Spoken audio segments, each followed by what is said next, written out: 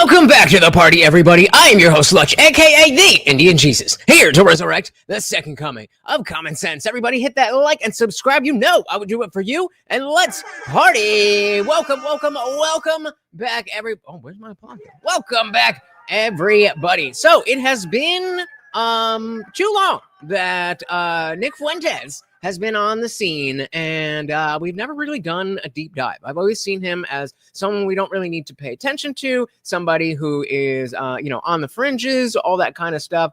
But, I'm certainly not saying that he's going to be the new Charlie Kirk, but people are looking, and kids specifically, and he definitely has a younger audience. And so he was on PBD yesterday, and I think what a better place to get to know the Groyper. Shout out to King Nirvana. Welcome to the party. Here you go. You get a dog treat, one that comes with every single donation. King Nirvana hitting the like button. Thank you so very, very much. We also got Craig in the building. Very good to see you guys. Let's dive right in. As always, if you cannot do the video, please do let me know. So, Nick, I don't know much about you except for the clips I've seen, respectfully. To me, the way I've made my money over the last, 25 years in insurance and finance was watching. What is that? What is that? Who has talent. And I would watch somebody, I would say, this guy's got what it takes, right? First time I had Charlie Kirk on at 23 years old, I said, there's something very special about this guy. At 23, I came to my insurance company. I said, this guy's going to be the president one day. Watch this guy closely. First time I watched Tucker, unbelievable talent. When you watch him, humor, sarcasm, intelligence, pushing back, subtle. He's making fun of you. You don't know it. The audience knows it. He knows the art. Candace, talent. Typical PBD question where he asks the question, then he goes on for another 10 minutes before he actually gives it to you. Dave Smith talent. We used to have a comedian working here called Marcelo Hernandez, who is now on SNL. I don't know if you know who he is or not. Oh, incredible. Yeah. He used to produce Adam's show. And I said, this guy's going to do something special. Now he's on SNL. Vinny talent. I see you, the way you communicated. Very, very talented. Very capable, very talented. And I've expressed this before on the show before. But I want to know a little bit more about how you became who you are today. And then we'll cover a lot of different topics. So go to high school. 14 years old. Who is Nick Fuentes? So the link to the full podcast is in the description of the of this video here. But I thought it better to just go through the clips and the highlights and stuff because it was like a 3-hour podcast. Well, at 14 years old, I was already very political. I've been political since really I was 12 years old. Why is that? Well, I just started to develop an interest in politics. There were a lot of political conversations happening due to the rise of Obama, actually, in 2008, 2012. And I Thanks, Obama. wanted to know basically everything about it. When you turn around that age, you start to ask questions about the world and how we all got here and, about things that happened before. And so the first thing I ever watched actually was Thomas Sowell on Uncommon Knowledge. How do you go from Thomas Sowell to Nick Fuentes? My goodness. Shout out to John Castle in the building. Welcome. So you don't have to agree with his racial views to see he is very informed and smart. Agreed. I have never thought that he was like a dumb guy. I just didn't, and still don't understand the whole Zedule. I don't get it. Israel, sure. Zedule, I don't get it. So maybe I'll finally figure it out. Welcome to the party. And so the first thing I ever watched actually was Thomas Sowell on Uncommon Knowledge with, I think, the best one, Peter Robinson. Yeah, they're both excellent from the Hoover Institute. And that was actually the first thing I ever watched. And I just devoured it. I devoured everything. At 12. Yeah, 12, 13, 14 Who years old. introduced you to Thomas Sowell? I just Googled it. A buddy of mine in school was telling me about the private sector. I said, what is the private sector? What is the economy? And yeah, when I was not even 12 is crazy, but even when, I was a junior, senior in high school, there was very few people who were like normal people and also into politics. There was the guy who was like, oh, he's going to run for president one day. I wonder what's up with him. His name is Michael something. I don't know. Anyway, but there was a few of those people. You had like class president people who clearly were setting up their future. But, people didn't really talk about stuff like that. And I think it's one of the biggest changes to the landscape is how much the youth actually does pay attention to stuff. And a lot of that is because there's nothing else to pay attention to because all the movies and music and TV sucks. But that's a conversation for a different day. telling me about the private sector. I said, what is the private sector? What is the economy? And so I just Googled it on YouTube, and that was the first thing that came up. And I watched the whole thing, and it was just, I was enamored by it. And I told my mom, I said, I want Free to Choose by Milton Friedman. That was the first political book I ever read. Nice. And one day I came home from school and it was there on my bed. And I read it. First book is Free to Choose. Yes. Capitalism, free market capitalism. And he was it's really him and Thomas Sowell. I think he came before Thomas did, right? He did, yes. Right. Yeah, well, he was from the Chicago school. So as John is saying, like, whatever you think about his views, it's very clear that he is an intelligent, precocious, charismatic person. Friedman, Sowell, and all the others. And so I read all that stuff in middle school and high school. And at that time, I was really a libertarian because that's just what was out there at that time. That was during the Ron Paul Revolution. And the Fed. Ron Paul. Right, and the Fed. And there was so much online digital content. This is early 2010s that was being put out by young libertarians. So that's just what was out there and what was available. And so I worked through all of it. Basic Economics by Thomas Sowell, and read about all the Chicago school, even then the Austrian school, the really more libertarian economic stuff. And in high school, I was in Model UN, student council, speech team. Yeah, so he was one of those. He was one of those. So I don't know how much of the other normal people were into politics at that time, but my generation certainly not. Shout out to Guam Tech. Welcome, welcome, welcome to the party. Said liked and shared. Oh my goodness, thank you so very, very much. You guys know how much that helps. It's free for you and it helps out so much. It doesn't even matter if you think anybody's going to click on the link that you shared. Just by you telling YouTube, Rumble, or X that you want more people to see it, they will show it to more people. Thank you so very, very much. Welcome to the party, sir.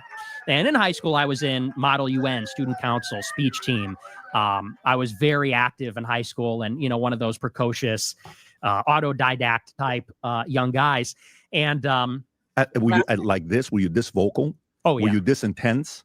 Yes. So did you get in trouble a lot? Did you get in a lot of fights? Did you get picked on? Did you have bullies? I was very outspoken. I was very extroverted about politics. I was always getting in. I thought he was going to say I was very extra. Political debates in class and in Model UN, but I didn't really get in trouble as much. What's really funny, this might interest you actually, and I've talked about this before, but when I was in Model UN, I was one of the best guys on the team. I would win first place every week. And because if you don't know Model United Nations, you simulate. Hey, shout out to Liberty Plus TV and bringing in Mitch. Mitch, welcome, welcome, welcome to the party. You should be here every single time that Liberty Plus TV is. It is a great time. Thank you for tuning in. Welcome, welcome, welcome to the party. We also got Lazy for 20. Shout out to TSN. Just popped into you guys last night. Had to keep up with you guys. What is going on? Welcome, welcome, welcome. We are doing a deep dive on the Groyper. Welcome to the party. First place every week. And because if you don't know Model United Nations, you simulate the United Nations General Assembly or the different committees. And it's like role play. It's like a role play game, but for the United Nations. And anyway, so I was one of the better guys on the team. And my junior year of high school, I became the head of the team. I became the secretary general of the team. But I had a major falling out with the guy that ran the team. He was ethnically Arab, I think, extremely pro-Palestine. And I, at that time, was very pro-Israel. I was on Prager University and Breitbart. And so I downloaded all the dogma from the conservative movement at that time. You call it dogma? It is definitely dogma. And so I remember we were sitting in the study hall one day and they had all the flags of the world hanging up on the ceiling. And I said, why do we have the Iranian flag hanging up? I said, they're the #1 state sponsor of terrorism in the world. It shouldn't be up. And he told me, you got to read The Israel Lobby by John Mearsheimer and Stephen Walt. He said, you got to look at the other side. And we had this like vicious back and forth about it.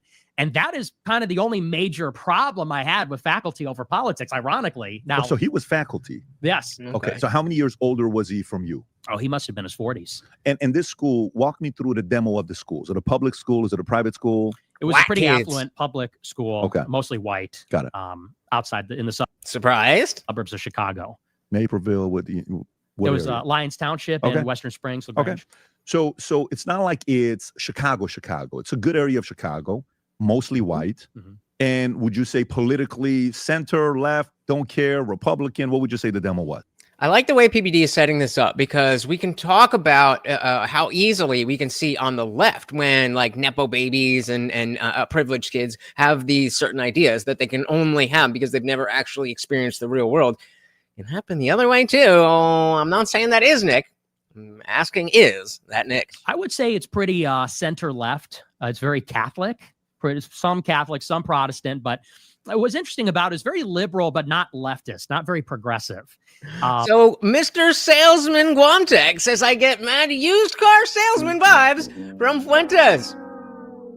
Takes one to know one. I will take your word for it. I mean, I can see it now that you say it, but I agree. It is hilarious for you to call that out. What's interesting about it is very liberal, but not leftist, not very progressive.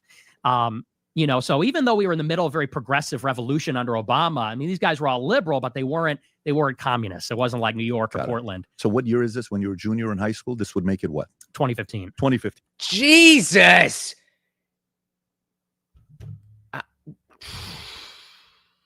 Midlife crisis. I apologize. Okay, so this is, has Trump yet announced anything? So he announced August 2015. So it was actually right around that time. Got it. Okay, so you're there, you're getting into these debates in junior year, and then Trump announces, and then what do you do? So after Trump announced, this is right around the time, he announced in June 2015. And so I was very political, obviously super engaged with the election. And at that time, so this was going into my senior year of high school, I had a radio show on the high school radio station and a TV show on the high school TV station. I did both. And one of my first shows I've ever done in my whole life was talking about the election. And that was a very crowded primary. It was like 17 candidates. I don't know if you remember back then. Yeah, I don't know if you remember back then, but that was just a short period of your adulthood ago. But I mean, it does make sense why he can be so young and still so on the ball with many things, not all things, because he's been doing this. He's not new to the game. Hey, shout out to Nick Luchetti. Welcome to the party. Very good to see you guys. Very good to see you. And yes, Nick, moderator to the stars, please, if you have not already hit that like button, that would make me so happy. Welcome. And that was a very crowded primary. It was like 17 candidates. I don't know if you remember back then. It was Trump and this huge everybody, field. Yeah, it was everybody. And so I went through all the candidates. And initially, I was very anti-Trump because I was a libertarian. So I said, shit, me too. Was anybody else here a never Trumper at some point? I was a never Trumper. Through all the candidates. And initially, I was very anti-Trump because I was a libertarian. So I was in it for Rand Paul and then Ted Cruz. Okay, well, that's a more based way to be against Trump than what I was doing, for sure. And it wasn't until April or March 2016, about 7 months in to my senior year, that I really went in hard for Trump. And Trump, I would say, is the one who red-pilled me, quote unquote. He's all these guys. These are the guys we're looking at, right? There we go. And of course, Nick's liked and shared. Again, guys, that stuff helps out so very, very, very much. Thank you. I would say is the one who red-pilled me, quote unquote. He's all these guys. These are the guys we're looking at, right? Right. That was a. I don't know if you remember this, but there was a time way back in American history when this was actually the list of Republican candidates. I don't know if you remember. Jeb Bush started with $140 million. He was supposed to win it. Carson had a little bit of momentum. Cruz was one of the guys that people thought could do something. Right. Christie was a joke the whole time. Repping Jersey in the worst way possible. Nobody thought Trump up until I think Ann Coulter's like, who do you think today's going to win? And she made the comment that I think it's going to be Trump on Bill Maher. Everybody starts laughing. Right. Okay, so you're in this moment. Trump red pills you first. Yes. He red pills me on immigration, really, because at that time, I am preoccupied with this notion of individualism, very much like you. I mean, a lot of the stuff you say in your show, I agree with you 100%. But I guess he reoriented my perspective about individualism, because what I started to understand is that, you remember in 2015, it felt like the left was unstoppable. It felt like Obama and then Hillary Clinton were going to lead this progressive revolution, and it was just going to get more left every day forever, more pro-woman, more pro-gay, more diverse. And at that time, what felt so suffocating was this kind of political chokehold the country was in. The media's left-wing, Hollywood's left-wing, the press is left-wing. And what woke me up about Trump is one day I was watching the primaries, early primary elections, and Trump was winning all of them. He didn't win the Iowa caucus, but he won in New Hampshire, won in Nevada, It was rigged. It was rigged. And I remember the media was beside themselves, calling it every day for him. And I said, the one thing that Fox News included, they were not happy with Trump has right is he understands in order to take power, well, in order to do what you want to do, you got to take power first. In order to take power, you have to engage the media, because the media is really the enemy. It's a very early It kind of is. understanding of how politics actually works. And fake news, he hasn't even said fake news yet. So this is Right. pre him saying fake news. Exactly. But he would fight the moderated Fox News because Roger Ailes had it out for him early on. Say, And I said, he's going to fight the mainstream media. That's essential, because if you can't fight the media, you can't win. If you don't win, you can't do what you want. And then I thought about immigration and how it's affecting the voting patterns, because I looked at one meme in 2016 and it said, this is what the 2012 election would look like if only white men voted, if only men voted, if only, I'm sure everybody's seen it. And what became clear is that if only non-white people are voting, the country, they vote 90% left. Blacks voted 97% for Obama in 2008, in 2012. If immigration is making the country less white, and if non-white people only vote Democrat, Asians is like 75%, Hispanics at that time, 70%, blacks, 90%. I said, it's clear where the country's going to go, what direction this is headed in. I said, so, and the I mean, you know, if we're doing stuff like this, reason this is happening, and I mean that, is because these people aren't. then, you know, so yeah, that's because I have the pause button, and I don't know, I just switched it into a different USB port, and it was working because I noticed that the light was still on. So it's like it's connected to the thing. It's just not working. So I just used a different USB thing. And Hispanics at that time, 70%, blacks, 90%. I said, it's clear where the country's going to go, what direction this is headed in. I said, so, and the reason this is happening is because these people aren't assimilating. So before we can even think about individualism, the Constitution, et cetera, we got to take out the media. And by take out, you know, what I mean by that is you got to fight back. And two, you have to secure the border, because if the Democrats bring in all these illegals and legal immigrants, they're going to flip Texas, and that's the way it's going to go. I'm waiting for the Jew stuff. I'm waiting for the racial stuff. But so far, he seems decently normal. But we've only just begun. And that was kind of the first realization. That's what made me say I'm all in it for Trump, even though ideologically I wasn't really with him just yet. Because you're a libertarian at the time. Right. Right. Okay, I'm following. So now you're all in for Trump. He's the closest thing to a libertarian. I don't know. I don't think it was Joe Jorgensen, right? Who was a candidate at the time for Gary the libertarian? Johnson. Right. Gary So you're not going to go Johnson. get. What is Aleppo? And I just, again, another note on I'm getting older and I don't like it. The fact that PBD is like, bring it back to high school. And it's like, okay, well, way back in 2015. Like, Jesus. Gary Johnson, right? I think he got, is he the one that didn't know the capital of a country? And I don't know what it was. Yeah, Something Aleppo. was, that's what it was. And it's like, oh my God, this guy can't be in. And they moved on. That was an easy one for him. So you're in that moment. I'm good. I think I've heard Dave Smith talk a lot about how that moment was really unfair for Gary Johnson, but unfortunately, that's the way that politics works. Not the exact same thing, but a very similar thing happened to that guy. I want to say Dean Phillips, Dean Howard, something like that. That guy, and like that clip that you probably know that is because he was doing a rally and like everybody was chanting together, but he had the mic there, and so you couldn't hear the crowd. You could just hear him screaming over what sounded like silence. And you gotta be in the moment. You gotta be on all the time. It's like, oh my God, this guy can't be in. And they moved on. That was an easy one for him. So you're in that moment. I'm going to go all Trump. What happens next? So I go all Trump, and I'm a big Trump guy. I get my MAGA hat, and I'm all excited about it, and I volunteer for the campaign and everything. And so he wins the primary in the spring of 2016. Convention happens, I think, July 2016. I enter college at Boston University in September 2016. And this is the first time I've lived outside Chicago. I've lived in the same place my whole life. And it's important to impress upon you and maybe everybody like where I grew up. It's like this pocket of America that never changed. It's a baseball town. Everybody's white. Everybody's obsessed with baseball. Everybody's Catholic. So growing up, I'm going to CCD, which is like catechism class for Catholics. Shout out to CCD. Oh man. The number of times, because it would be based on my mom's mood, whether or not, because we would go when we were still at the Catholic Church, CCD would be first, and then sometimes we'd have to go to mass after. And so all through CCD, you're hanging out, whatever, and you're paying attention, but it's all it's all kids, and just hoping, please let me go home after this. And then sometimes we go out, and it's like, we're going inside. And it's like, no, Mom, please, I just want to go to sleep. I wake up at 7 every day for school. I wake up for, whether it's guitar lessons or I was in a bowling league for a while. I didn't get to sleep in on and with any regularity, like every Saturday or every Sunday or every week or every month until I was in high school. So if you're wondering why I like to sleep in, blame my mom. It's Catholic. So growing up, I'm going to CCD, which is like catechism class for Catholics.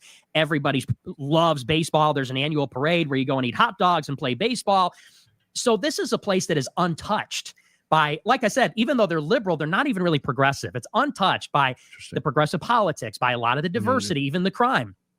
So basically what he means is the way Democrats used to be. Before there was the you're with us or against us, there was a bit more of a spectrum of what it meant to be a Democrat, which is why they were the cool party, because it wasn't very straight-laced, and the Christian aspect of the Republican Party was a lot stronger. And so you could be a Democrat, you could be a liberal without having to be one of them. Safe white picket fences. Take a trip down to Western. Even the fence has got to be white. Come on, man. Springs, Illinois. I mean, you'll see what I mean. It's like the land that time forgot. I go to college in Boston. Totally different story. Boston's obviously super diverse. It's a lot of young people because it's all schools, it's all universities, and they're all from Asia, all foreign students, and they're all Chinese. They're all from these Asian countries. And there's also, it's a little dangerous. There's a little criminal element, and everyone on the campuses, they're militant left wing. And that was kind of a culture shock. And I kind of realized in that moment, most of the country looks like this now, actually. New York, LA, Miami, the big cities, and most people live in the cities, they all look like this because of immigration, because of left-wing progressive politics. And I kind of said, in that moment, my slice of America that I grew up with is a dying breed. It's literally going extinct. And I like my upbringing. I love my upbringing. I want to, if I have a family, I want to raise my kids in a place like that. But in 50 years, will there be places like that? The country's going to become majority minority in the 2030s. So, and this is where I start to get like, well, but why does it need to be focused on that? Like, I'm brown, and all of the things that you started saying before you brought up race, I want that world too. And so now I'm just your enemy or what? Even though we want the exact same thing, but I'm the wrong skin color. This is where it doesn't make sense to me. It sort of makes sense to me as an individual mentality. Like, I don't like, whatever color or whatever group of people, because that's how I think. Like, as an individual, I can understand why you would think that way. But as a political movement, as a political ideology, I don't understand how that makes sense. And this is the same concept as the Christian stuff, where it's like there's a lot of people who don't believe in the Bible, but also think that, but they don't believe in the Bible, but they also think that the values that you espouse should be the ones that dictate society. So why are you creating division? Shout out to Nick. Shout out to the Rapture. Did we lose anybody? No, I think we are all heathens here. We are all heathens here. Did you know anybody that got raptured? Or was it yet again some bullshit? I didn't get to spend a lot of time on TikTok today, but I'm excited to see all the people that were like, "Oh my God, where are they now?" Actually, I saw one video of this chick who has been talking about it since February, and like serious, like religious psychosis, not a joke. And she hasn't posted, and so somebody's like, we need to check on this woman's family. Like, did she, take them out or something? You never know with dogmatic craziness. Places like that, the country's going to become majority minority in the 2030s. So when I'm old and gray and I have grandkids, what is the country they're going to look like? And you're questioning this. You're questioning, you're having this dialogue. You're asking yourself, I'm concerned that I'm going to lose the identity of what it means to be an American. Again, that part I get. I don't get what the color part has to do with it. The diversity, the culture, all of that stuff I get, but why the melanin level? I just make it make sense for me. Why the melanin level, and why the Judaism versus some type of adherence to the country of Israel? Just make it make sense. Shout out to Bryson. Welcome to the party. He's not racist. He is a little bit supremacy, a little bit of a supremacist. I'd call that 6 and 1/2 dozen the other, but hey, to each their own. So I'm concerned that I'm going to lose the identity of what it means to be an American. Is it more that? Is it more Caucasian? Is it more white? What do you mean? it's going to lose its identity. It's all of that. It's all of that. That it's not going to be white people. It's not. And so that is bad because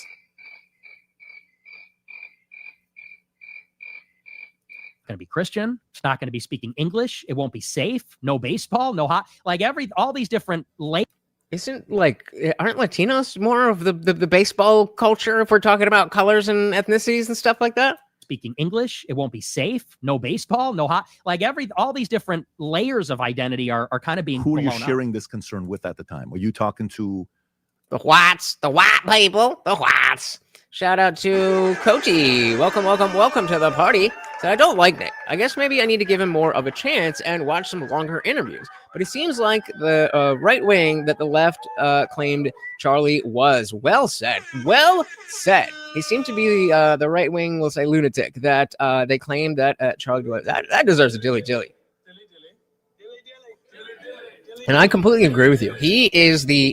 Charlie was the moderate one, and Nick is the one that's way out there. But, I'm like you. I haven't really done the deep dive. I've seen clips all over the place, and most of them I didn't like. So, whatever. But, and while I don't think that Nick is going to be able to become the next Charlie Kirk, I do think that as that vacuum is there, it's about time to do a little bit of deep dive. And I like PBD, and I trust that he's not going to give him a softball interview, but also not be too hostile.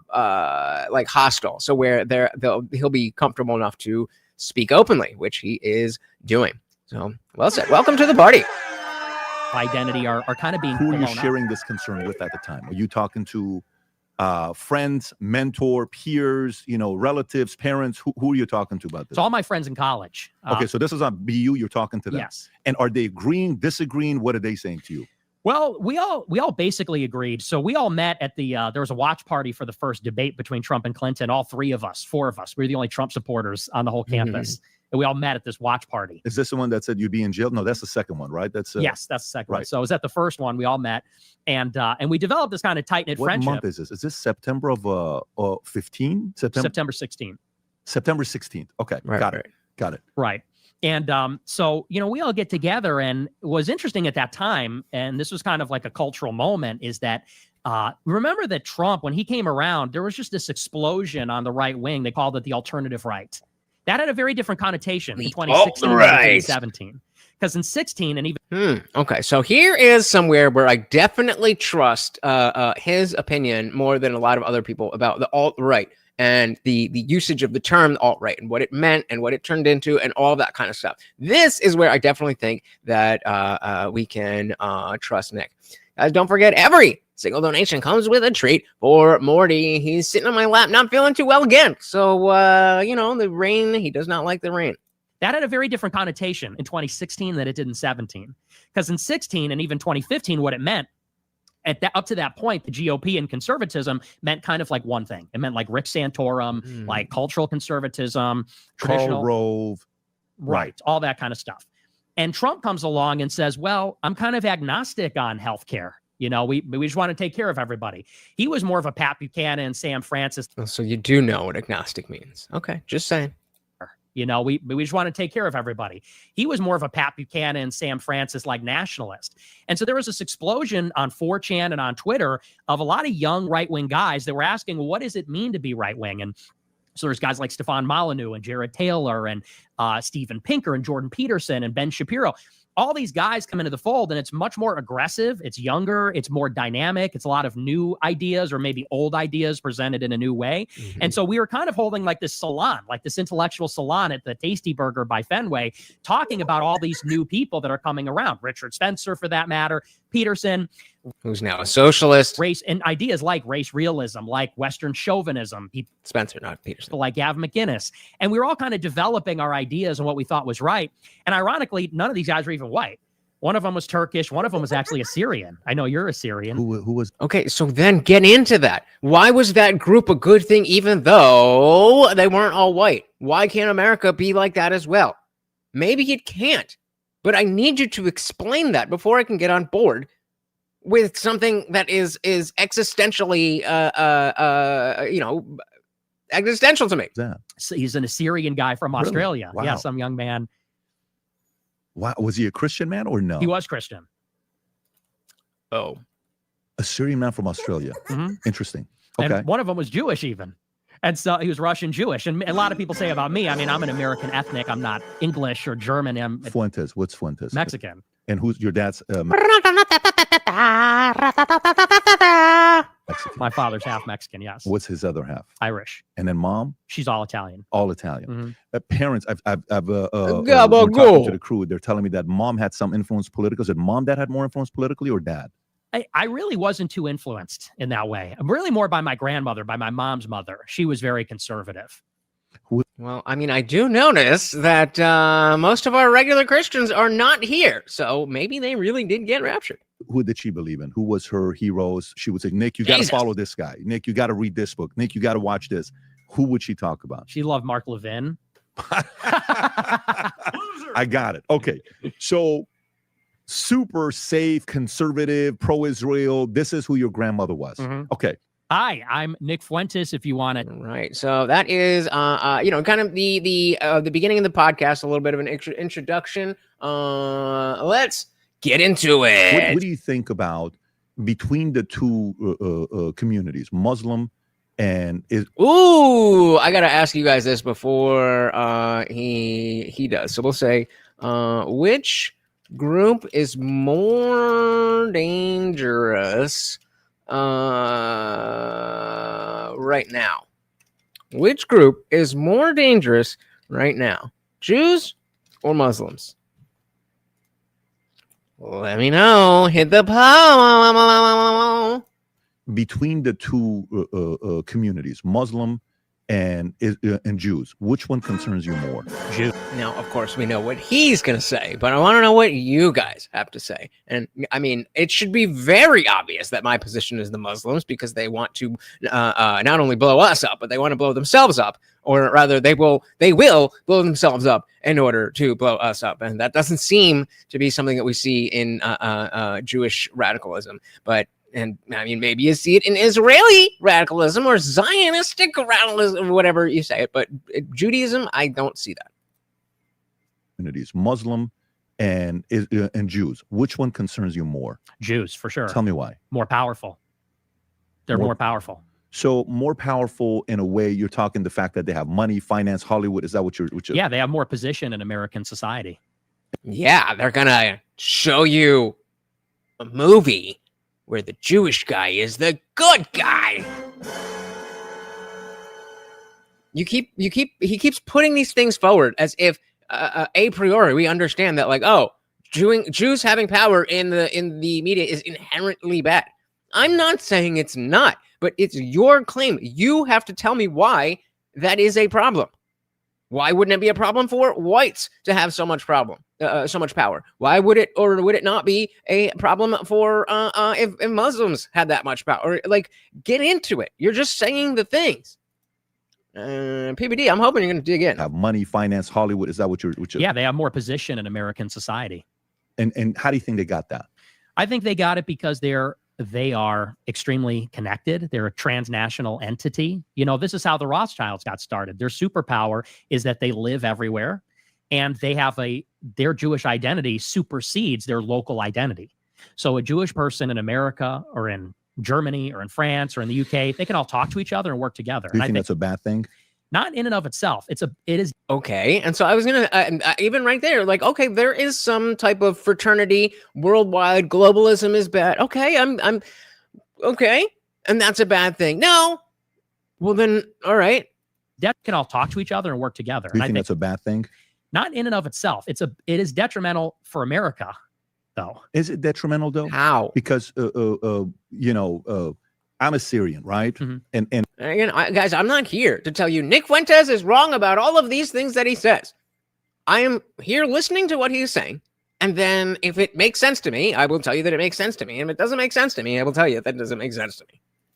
Because, I'm a Syrian, right? Mm-hmm. And I wish Assyrians were more like this. Mm-hmm. And let me tell you why I relate to them. We don't have a country. Assyrians used to have a country. We used to be the first warriors. We were written about in the Bible. You read it all over the place. You know, the history we had, the things we invented. And then we became a little cocky. And God came in and was like, listen, man, relax, Assyrians. You ain't going to come and be the king of the jungle. It's me. And now PBD runs Valuetainment. What a horrible, horrible story for all individual Assyrian people. And you hear the stories about that they built the tower to go all the way to the top because we are Assyrians and, and then we failed. It's like, no, look at you now. No one knows who Assyrians are. You don't even have a country, right? We know the land in Iraq or wherever you are. You don't have it anymore. I think when a community becomes too cocky, the man upstairs is going to handle that himself, right? But in a sense, when you see they went from a small community to have this much influence, isn't that almost impossible for them to pull off? Like, isn't that... PBD, are you going to be... He's going to be playing into it? Well, there must be some kind of conspiracy, right? Is that what this is going to be? Oh, man. So it either produces one of two things. I'm not intimidated. I'm not a guy that is envious or jealous or, oh my God, that guy's richer than me. That guy's this guy's, I'm not. I want to see what they did and what worked for them. For example, to me, when I think about Jews, I think about Mormons, I think about Scientologists. I used to have an office where half the office was all Scientology. And I learned all these phrases, assist, or, I went to their church and I... going clear. Dianetics and L. Ron Hubbard and what he would say when you get a headache, you do this and all these weird extras. I'm like, oh, interesting. How much money did we give? $200,000 off. Why'd you give that? But let me tell you. Yes, the rapture was supposed to be today. So if you are still here, you and I are the same amount of heathen. Haram! Weird extra. I'm like, oh, interesting. How much money did we give? $200,000 off. Why'd you give that? But let me tell you, those guys that were in, they had each other's back. It was a fraternity that you wish family members were like this, right? I think... What did I just say? Scientologists have it, maybe more than Jews. So I think Jews will bite each other a little bit, not as much. And then Mormons have each other's back. Of course, there's a fallout out as well where people come out and they'll talk about God makers or, with Gordon B. Hinckley. And I've read all of that stuff from over the years. But what's wrong with them winning at the highest level? Well, I agree with you that it is remarkable, and it is actually ominous how much they've achieved. Here's the problem. So you're scared of them. Problem, though. America's an open society. The premise of this country is it's self-government, of, by, for the people. There's a slight egalitarian idea that we are all citizens, and our government is going to be comprised of the citizenry of America. That's deeply embedded in who we are and in our... All right, guys, you see this Connect thing? That's just PBD's a way to connect with the stars. So if you were going to send a direct text to Nick Fuentes, what would it say? Put it in the chat. Government, our whole system. And take me, for example, I'm Italian, Mexican, and Irish. The Italians were very much like this when they immigrated to America. They had in Chicago what they called the outfit, which was the mafia, and they looked out for each other. And when my grandfather died on my mom's side, I believe my grandmother got a loan from the outfit, and they would come by every month or whatever, and we're gonna come take care of you. Bring a fruit basket, and they'd look after her, and they provided financially. Was it Spilatra's group? Do you know the history of it, or was it Tony Spilatra? I don't know who it was specifically. Okay, got it. But so these are some of the stories I would hear growing up from my mom and my grandmother. So think about at that time, how many people were against Italians? At that time, how many people didn't like Italians in New York? Because Bank of America was first called. Is it just me, or does this conversation seem a little bit meandering? I thought this was about are the Jews or the Muslims more of a concern, and now we're talking about how Italians were treated in America at a certain period of time. This is very weird. This is very weird. Time, how many people didn't like Italians in New York? Because Bank of America was first called Bank of Italy. Did you know that? No, I didn't. So can you pull up, Rob? Was Bank of America first Bank of Italy? If I'm wrong, it is what it is. I think Bank of America was originally Bank of Italy, and everybody used to. Yes, the Bank of America was originally founded in Bank of Italy in 1904. All right, so our first connect to Nick Fuentes is from Quantex. Said just because, well, you're supposed to text to him. Don't tell me. Tell him. Just because you smile doesn't mean I trust you. Ooh, harsh words. To an Italian-American in San Francisco, the financial needs of Italian immigrants and other underserved people, the bank eventually merged with another institution to form Bank of America and changed its name to Bank of America, right? I would have assumed, based on the way people talk about money and the Jews, that was the Jews. The tellers were Italians. They would give small little loans, $10, $4, $5 to them. And some people were not supportive of that. They're like, what are Italian immigrants doing here? You guys are becoming too much power in New York. We're not happy about this. So there was some of that going on 100 years ago. And that's what I'm saying is that did exist. What is it that you're saying? And then what happened eventually is that Italians assimilated. eventually these groups, these ethnic advocacy groups, were broken up, if you could call the outfit that, or the mob of New York, and then Italians assimilated. And when I grew up, I saw myself as American. I didn't see myself as Italian American. I just saw myself as American. Well, before, as I am specifically speaking against his ideas on race, that is specifically the idea of why I say that the black community is the black community TM is the worst thing for black Americans. This notion that you're a group different than Americans is shooting yourself in the foot. So I'll give him his kudos when he gets self as American. I didn't see myself as Italian American. I just saw myself as American. And I think same. I don't think of myself as Indian American. Like I'm from Jersey, bro. That, when you see Jewish people working together, I don't think there's anything wrong with that inherently. And I agree with you. It's like a superpower. It's actually admirable in some ways. They look out for each other. But if society becomes, American society in particular, a place where every group is ganging up, well, we're the whites, we're the blacks, we're the Jews, we're the then I think what America is starts to come apart. And then don't do that. I fixed your problem, Nick. Don't do the thing that you don't like. Am I stupid? It's really bad when people group themselves into colors and this and that, so I'm going to group myself into Christian white nationalists. What? Ooh, shout out to Zippy with a great question. I think we got to put this one to a poll as well. We only got 4 votes on the current poll, so I'm going to save this. I need at least 3 more votes. At least 3 more votes before we get to Zippy's welcome to the party. And start thinking about it. Start thinking about it, because that is a tough question. Blacks, we're the Jews, we're the then I think, notice he didn't say we're the white Christians. What America is starts to come apart, and it turns into kind of like a bit of a politicized race war. And I think that you either have to have a society where everybody gets to play by those rules and everybody could be pro what they are, or everybody is assimilated and we're all Americans. And that's why I say it's detrimental, is that if Jewish people are Jewish first, not of, by, and for America, but of, by, and for the Jewish nation, this is problematic when they're in positions of power, because are they... Don't disagree. But why don't we tie that back to Israel? Looking out for all of us, or are they looking out for themselves first? And when you look at the Israel policy, that's where people start to say, I think you're looking out for yourselves first. I think you're biased. And I would love to hear. I don't know if I've heard like any of the Andrew Wilson types talk specifically about how Nick Fuentes talks about this. Because what did he just say? He are they looking out for all of us, or are they looking out for themselves first? So if that's a problem, are they looking out for all of us, or are they just looking out for themselves first?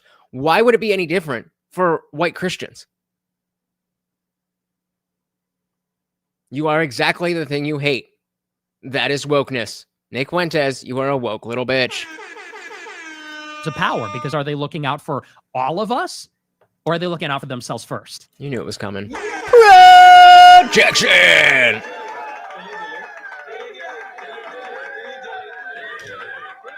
My ideology leads to a government where, yes, we know that people are looking out for everyone, because there are no groups like this to pander to that are successful.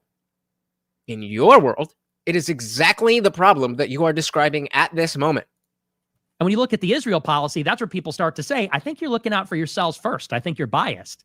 And unfortunately, you're using the public purse and American soldiers to fight your own battles. And that's the problem. It's not, I don't have hatred for them. I don't have a problem with them in themselves or even what they do. It's just that with our system, that doesn't work. You know what I would say to that as well? When, if they use the American soldiers in their advantage and all that other stuff. Okay. Who negotiated that deal? Some president negotiated that deal. Someone said yes to it, right? When they say, well, let me tell you, that person is afraid to platform this guy because he's afraid his donors are going to go and do this. And it's Israel's fault. No, it's not. It's the guy who runs it's not Israel's fault. What are you talking about? This guy sends me a message. APAC. I got a text, not a text. What do you call it in the X? A DM I get from APAC. Okay. Hey, we'd like you to come to Israel. We'd like to invite you. I'm sure many people get that message, right? They send it. I said, I'm going to come with my... I'm going to come. We'd like to invite you. I'm sure many people get that message, right? They send it. I said, I'm going to come with my pastor. I don't want you to pay for it. I'm going to pay for it. I want to bring my crew because I want to go see Jerusalem. You're not going to see me putting the what do they call it? I'm not going to put that on. But guess what? I respect the culture, and I want to go to Gaza, and I would ask for some idea of protection that if we can go to Gaza, show it to her. I want to see this stuff. I want to go with my pastor. So why are the Jews more dangerous than the Muslims? Time around, I'm not going to take my kids. Maybe the second, third time I'll take my kids. But to me, I don't put the onus on, like when a guy's like, that guy has slept with so many people, this, and the girl said yes. No, but you don't understand. He's a man whore. But the girl What are you talking about, said bro? yes. So is it Israel or is it the girl? Do you understand what point I'm trying to make? No. Israel's fucking a bunch of girls, and somebody else is saying Israel shouldn't be fucking a bunch of girls, but the girls are saying yes. Who's the girls? I have no idea. Am I stupid? Can one of you guys explain it to me? So is it Israel or is it the girl? Do you understand what point I'm trying to make here? Absolutely. So to me, it's kind of like, I mean, look, if He's just like, yeah, I heard Israel and bad, so that must be exactly what I think. you said Israel over Muslims, right? Oh, okay. Finally, 5/6 into the video, we're getting back to the original question. Which of the two do you think has been a bigger net positive to America? Jews. Oh, well, it has to be Israel. Absolutely. Okay, so Notice the semantic obfuscation. He just did it. The question was not Israel or Saudi Arabia or any of these other countries. It was about Jews and Muslims. And then he conflates the two. And he said, clearly, Israel has done more for America. That was not the question. Get your own. Stop semantic obfuscation. You can get a mug, a phone case, as you just saw. We got notebooks and all this kind of stuff you can get at any of these designs. Of course, shirts, plenty, men, women, children, all of these official designs only at TheIndianJesus.com. part about God damn it. that part. But, well, in terms of, I wouldn't say net positive. I would say in terms of raw. So here, yeah, let's hear it again. Because clearly, in terms of helping things for the U.S., then Jews, because of the fact that we are allied with Israel, have helped more. Whereas, Muslims are trying to blow us up. But Israel is different than the Jewish population. Just like Andrew Wilson doesn't understand the difference between atheists and leftists, Nick Fuentes doesn't seem to understand the difference between Jews and Israelis. Think has been a bigger net positive to America. Oh, well, it has to be Israel. Absolutely. Okay, so a part about that part. But, well, in terms of, I wouldn't say net positive. He's cringing inside. I could not just say that. Oh! Part about that part. But, well, in terms of, I wouldn't say net positive. I would say in terms of raw, maybe like gross positive. Because they've had a lot of contributions culturally. That would. Never mind. Okay. And even, in terms of art, literature, music, also scientifically. But it's difficult to say on that because I also think that there's quite a bit of a detriment. I think that the melting pot comes from the Jewish community. What do you mean by that? The idea of the melting pot, that comes from a Jewish playwright. Because Jewish people come to America and like all immigrants, they say, well, we want America to be more welcoming. So they start to spin up these ideas that, well, America was never this country of white Christians. It's always been a melting pot for all immigrants. They want the country to be more open because that makes it more comfortable for them. It makes it more tolerant for them. But this has also made us more open and tolerant for Muslims, for example. We're bringing, who's been the big... Okay, so then the answer that you're looking for is how do we make it more open, but also make sure that people do assimilate? Because you had no problems with the Italians being different because eventually they assimilated. And so if you're worried about Jews and Muslims and immigrants and all this stuff, which we definitely should be worried about not assimilating, then why are we not talking about how to assimilate these people? I'm not saying stop deportations or anything. I'm just saying there's a shit ton of them here, and we ain't getting them all. So why is it's a very conspiratorial, confirmation biased way to think that, like, okay, yes, you can force it into you can force it in that way, but Is that the best way to look at this if you actually want to solve a problem? And I would argue not at all. But intolerant for Muslims, for example. We're bringing, I mean, who's been the biggest driver of like the Hart-Celler 65 Immigration Act? Make it make sense. We're bringing, I mean, who's been the biggest driver of like the Hart-Celler 65 Immigration Act? It was like the SPLC, which is run by Jewish lawyers. And so they're major drivers of mass migration. They're also major drivers of the pro-Israel politics, like the Iraq War. It was many Jewish journalists. So is Hillary Clinton. Is she Jewish? Or is it more about Israel than it is about Jews? And pundits and advocates. Sure. So a point being is like when you calculate on net, and I agree with you, like I think there are a lot of people that are critical of Israel that are reluctant to acknowledge the good that Jews do. And I think that Jews they're brilliant. Many of them are brilliant. So when I'm saying net positive, I'm talking jobs, economy. How often you hear about crime, what they do. Like if you have a choice between living in a city in Minnesota, Dearborn, and living in, I don't know what's the biggest city. What's the city that Boca Raton, let's just say, right? If you have a choice between raising your family between Dearborn and Boca Raton, where do you choose?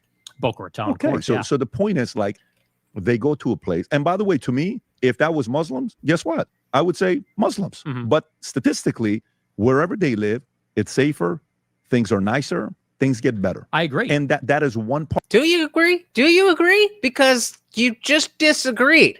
Oh, he knows this is a big platform.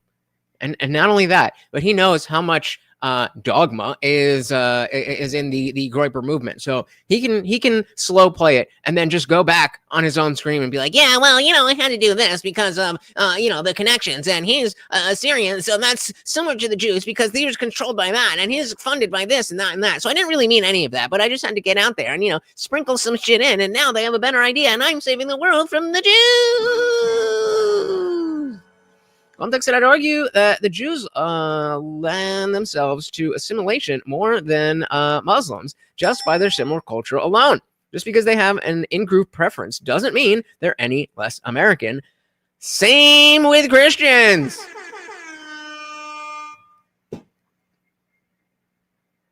PBD is holding back. All right.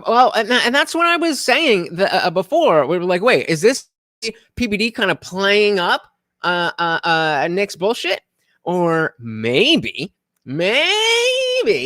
he's setting him up. Maybe it is a conspiracy. Maybe he's setting things up so that later he could snap on. He's been known to do this. He's been known to set traps. That's wishful thinking at this point. Guess what? I would say Muslims. Actually, I want to hear that one part again. If you have a choice between raising your family between Dearborn and Boca Raton, where do you? Oh yeah.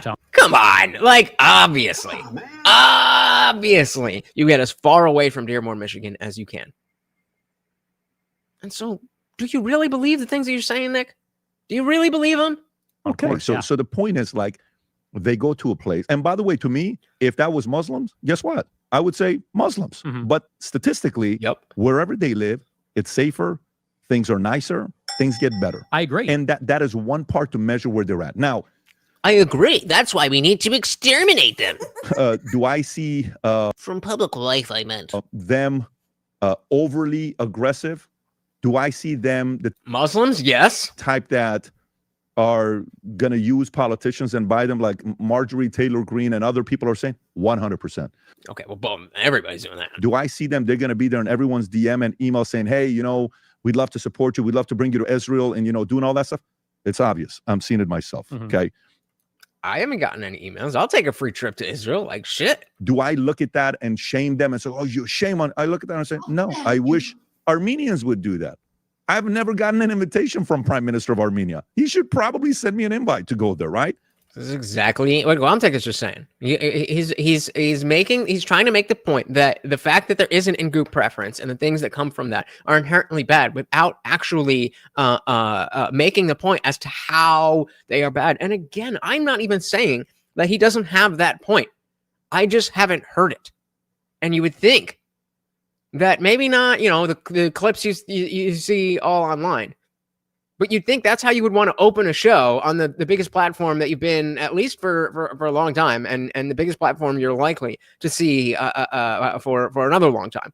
You should be like, look, I know everybody thinks that I hate the Jews and that I only like white Christians, but this is the actual thing. That was how you would want to start. That's how you would want to start. He said, Nick is a skit like Kimmel. I used to, don't I have a, where the fuck is it? The hell was that? There we go. Yeah, that was, that whole thing was a series of people dropping the ball. Like there was so much organic pressure to get Jimmy Kimmel off the air. And then the FCC dude had to come in and put his finger on the scale. It's like, we got this. We got this. We got this. Gotten an invitation from Prime Minister of Armenia. He should probably send me an invite to go there, right? It's not a bad idea to come and show the country. I'm Armenian. I'm a Syrian. Syrians don't have a country. It's probably a good idea.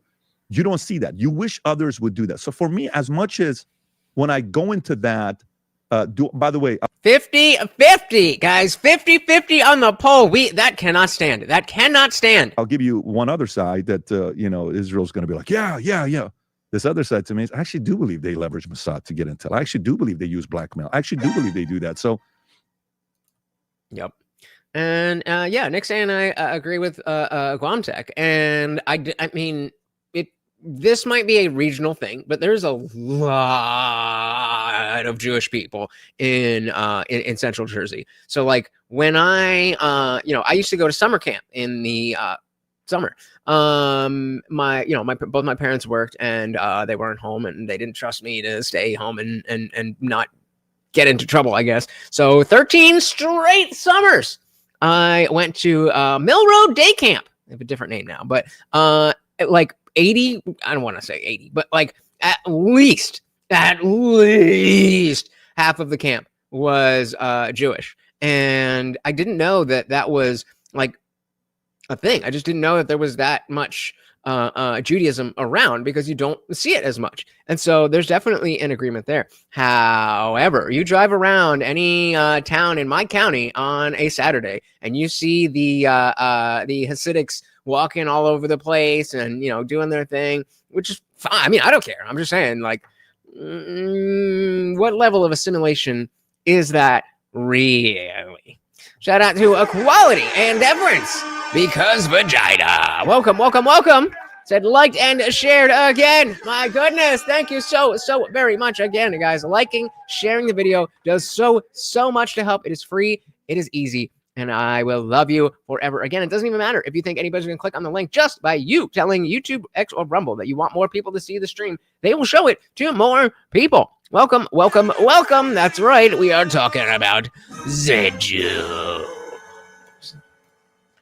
Zippy said, who's more crazy than Fuentes in the upper echelons of the woke right? That's a difficult question because I don't necessarily think that Fuentes is crazy. I just think that he's young and wrong. So I don't know. Like, there's a lot of crazy people, but I'm not in that mindset because that's not really how I think of him. Andrew Wilson is also like Hassan. Yep. But again, poll is 50-50. Hit the fucking poll. Equality. Who do you think Nick Fuentes is more similar to? More similar. Not exactly like. More similar to Destiny or to Hassan, Jank's nephew. Mossad to get intel. I actually do believe they use blackmail. I actually do believe they do that. So, so, there's nothing going on with Epstein. No. Michael Wolff did a podcast with them 2 months ago. And when he was at Epstein's house, the 100 hours of recording that he has with so don't forget to keep an eye on the like count, please. I said, how many times was Ehud Barak there? Am I saying his name correctly? Barak. Ehud Barak. He said he was there many times. He saw Bill Gates there many times. Why would the former prime minister visit the guy 30-something times? Just because the conversation is great? Yeah, I agree. Well, I said Fuentes is not crazy, just overly enthusiastic about his opinions, which weren't we all at 23 or whatever the fuck old he is. It's a little bit suspect, right? So to me, I'll go there, but I'll go the other end. So what I'm trying to do, like if you're wondering what my role is here, okay? My role is I want to continue talking to you. I am definitely wondering what your role is here, because so far it doesn't seem like you're pushing back on much. I saw some clips, so I know it's there somewhere, but I want us to do many of these together as we go through whatever journey we go through next 5, 10, 15, 20 years.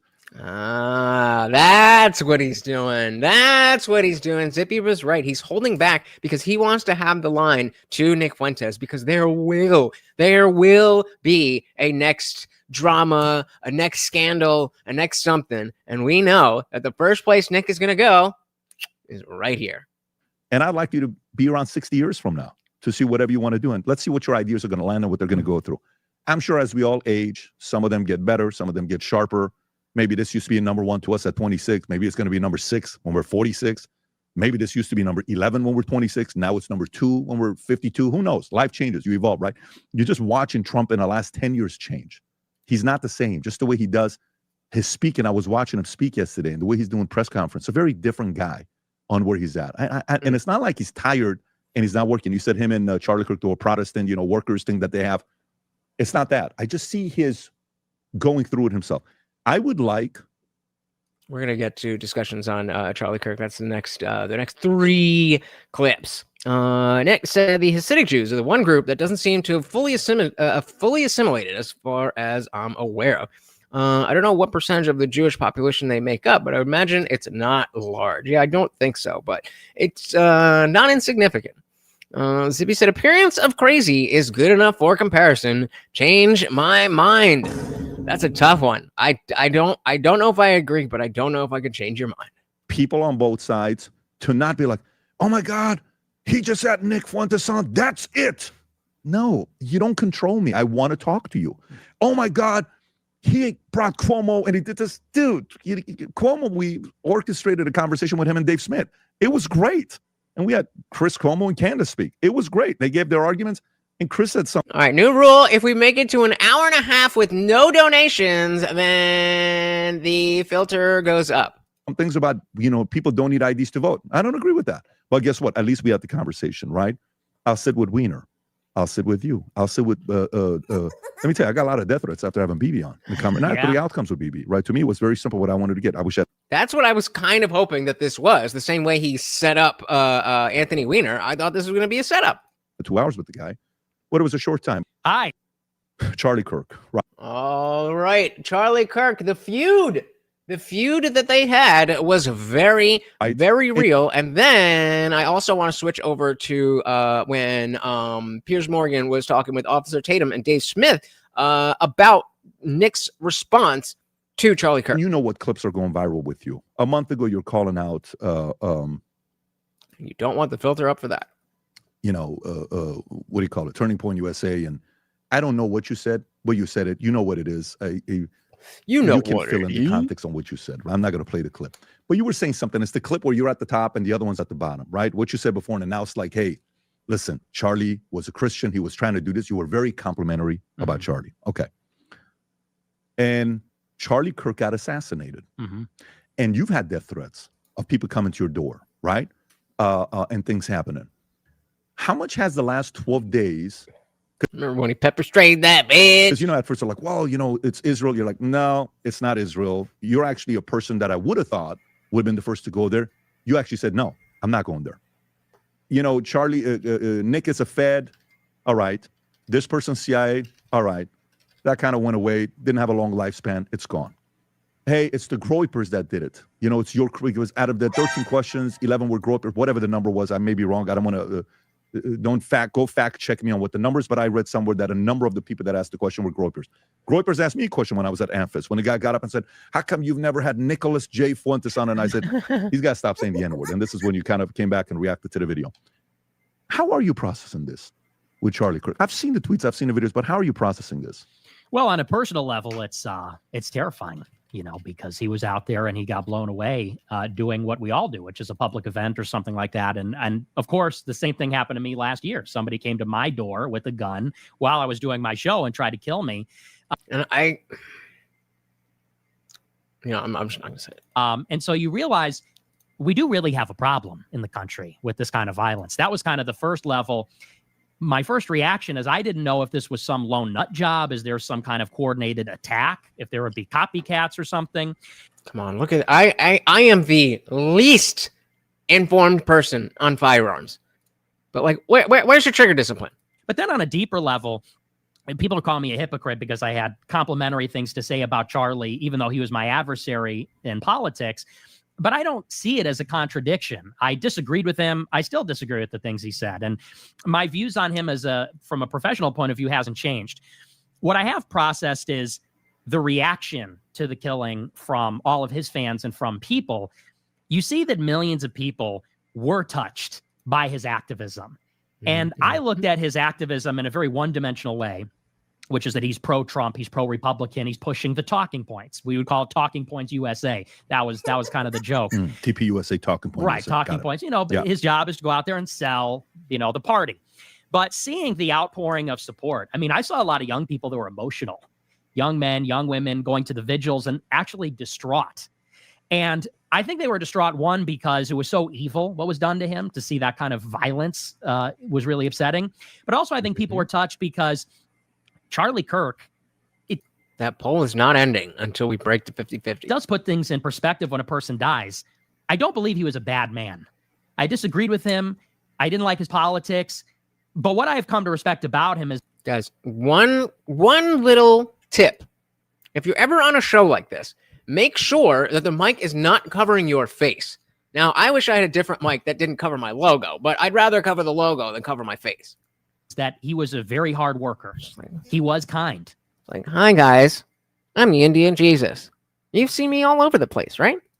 You noticed that when he talked to people he didn't like or disagreed with. He was open to other people. He changed his mind, even when he dealt with me. And he was never particularly nice to me, let's just say. But he was to a lot of people.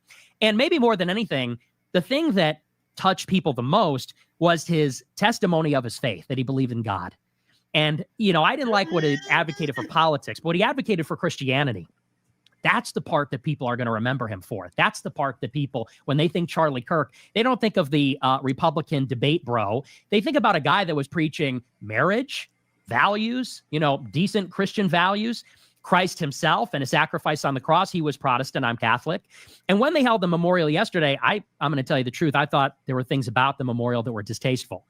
But such as? One thing that was exceptional about it is the way that the name of Christ was proclaimed to everybody. And I think that, when you see someone die like that, the reason it's jarring for people is because we realize that we're all going to die suddenly, unexpectedly. Well, if you break outside of the dogmatic indoctrination that you were born with in the church, then it's a lot easier to face the reality that we're all going to die and to be able to deal with the reality that we're all going to die and not pretend that, well, death doesn't really matter because I'm going to go up in the clouds and I'm going to get raptured. That you understand, no, this is all the time that we know for sure that we have. And there may not be anything else. In the same way that there was no paradise before I was born, there's no paradise, or at least there may not be any paradise when I die. That is part of the when we talk about red pill rage, the atheist version of that, where you first come to realize, like, wait a minute. You told me that there was a guy in the sky. I'm purposely being simplistic. You told me there was a man in the sky who had my entire life planned out, and that as long as I did X, Y, and Z, that everything was going to be perfect, and then I'd be in utopia forever. And now I don't really believe that. So it's a little frustrating that I've been marching along on these orders when we have no reason to think that's the case. And so then you deal with life on a more real basis. Shout out to Matthew King. Welcome to the party. How did Nick get dragged out of the woodpile? I thought he was blacklisted from every single influencer. Well, I was just saying, I think that is precisely why PBD wanted to get him on, because I'm guessing. He's been kind of holding back so far, but I think it's a matter of wanting to be in the position that the next scandal, that PBD is the first line. And like him, he's 31 years old. Nobody expects that a 31-year-old with that kind of money and influence is going to die all of a sudden. He had plans. He was going to get on his private jet and fly to do another event, some other. Would you cross the street based on faith, or would you want to know for sure that there's no cars coming? Time, nobody expects that you're going to die, someone like that at that age. And when you see someone like that cut down so viciously, you realize how life is. Good point. I mean, that is definitely a part of it. But yeah, I'm saying people weren't shocked because we know we're gonna die. They were shocked because it opened the door to realizing we could die from having a different opinion. Yeah. Yeah.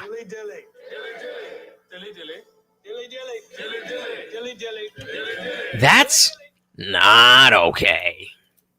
And when you see someone like that cut down so viciously, you realize how life is so fragile and it's so temporary and it's so short. Any day we could all die. And what that then naturally makes us think about is, well, what does it all really mean then? If you can, what does it all really mean? I thought you already had this figured out as a Christian. I thought your faith told you exactly what this was all about. But it seems you are just as lost as the rest of them. I know that whatever this is or is not about, I know what I'm doing. I thought you did too. I thought you were following God's will, whatever you believe that to be. But what is this question about? What does it all really mean? Do you believe it? Do you have the faith? Or don't you? Makes us think about is, well, what does it all really mean then? If you could get stopped in your tracks at any time like that, what actually really matters in life? This life. What you actually do, not what you believe, who you are. And what mattered about Charlie, when you see in the end, is it's not actually the times when he was maybe taking the piss and saying, what is a woman? It's the times when he was sincerely professing his faith, talking. Yeah, I'm with you, Nick. Faith has its place, but it is not a good thing to drive your life. I want to know that there's no cars in the street before I cross. I'll take it on faith that Morty likes me for more than the food that I give him. Speaking of which, we have not gotten a single donation. About moral virtues and the moral virtues that he lived in his deeds. And so to me, I guess it was a change in perspective, kind of realizing everybody asks the same question. How will I be remembered? You know, when we get unexpectedly killed or when we die or when. And speaking of which, I did not expect this side quest, but he brought it up. So side quest it is. I just posted this. Where is it? 900 views. Yeah, I don't know how you guys think. I don't know how you guys think about legacy. Maybe this is just a me thing. Maybe it's a man thing. Maybe it's I don't know. But this is something that's on my mind a lot. That I can delete that and take out something in my eye. Anyway, there is no higher honor that I could think of than having, okay, not half, but a significant portion of the country take the words that came out of my mouth after my death and be so emotional about it. Now, am I saying that I want to die? Of course not. Am I saying that when I do die, because we all will, that I want people to take my words out of context? No. But nobody cares about misconstruing the words of losers and failures. Loser! Of course, none of us know how long we have here. And I've always had a weird feeling that I was going to die young. So take that for what you will. I did think I'd be in the 27 club, but we're 35 and trucking. But I really don't know what's going to happen. All I can say is that if there is nobody who is happy that I'm dead, if there is nobody that is going through old clips and streams of mine, if there is nobody who wants to virtue signal on the fact that they think I'm a bad person, then I failed. Now, I'm no Charlie Kirk. He was only 31. He got about a good 12, 15 years in, and already he got this much of a reaction. I don't know if I could do that in the next 30 years, but sure shit gonna try. And when I say try, I don't mean to try to be bombastic. I don't mean that I'm going to try to annoy people, but knowing that we live in a world where the truth hurts people's feelings, the truth really grinds their gears. I want to be the person who is telling the truth. I feel like this is kind of easy for me to say as a bit of a homebody, but I would like to think that if I was a man on the street type of person, type of content creator, that I would not have stopped doing that.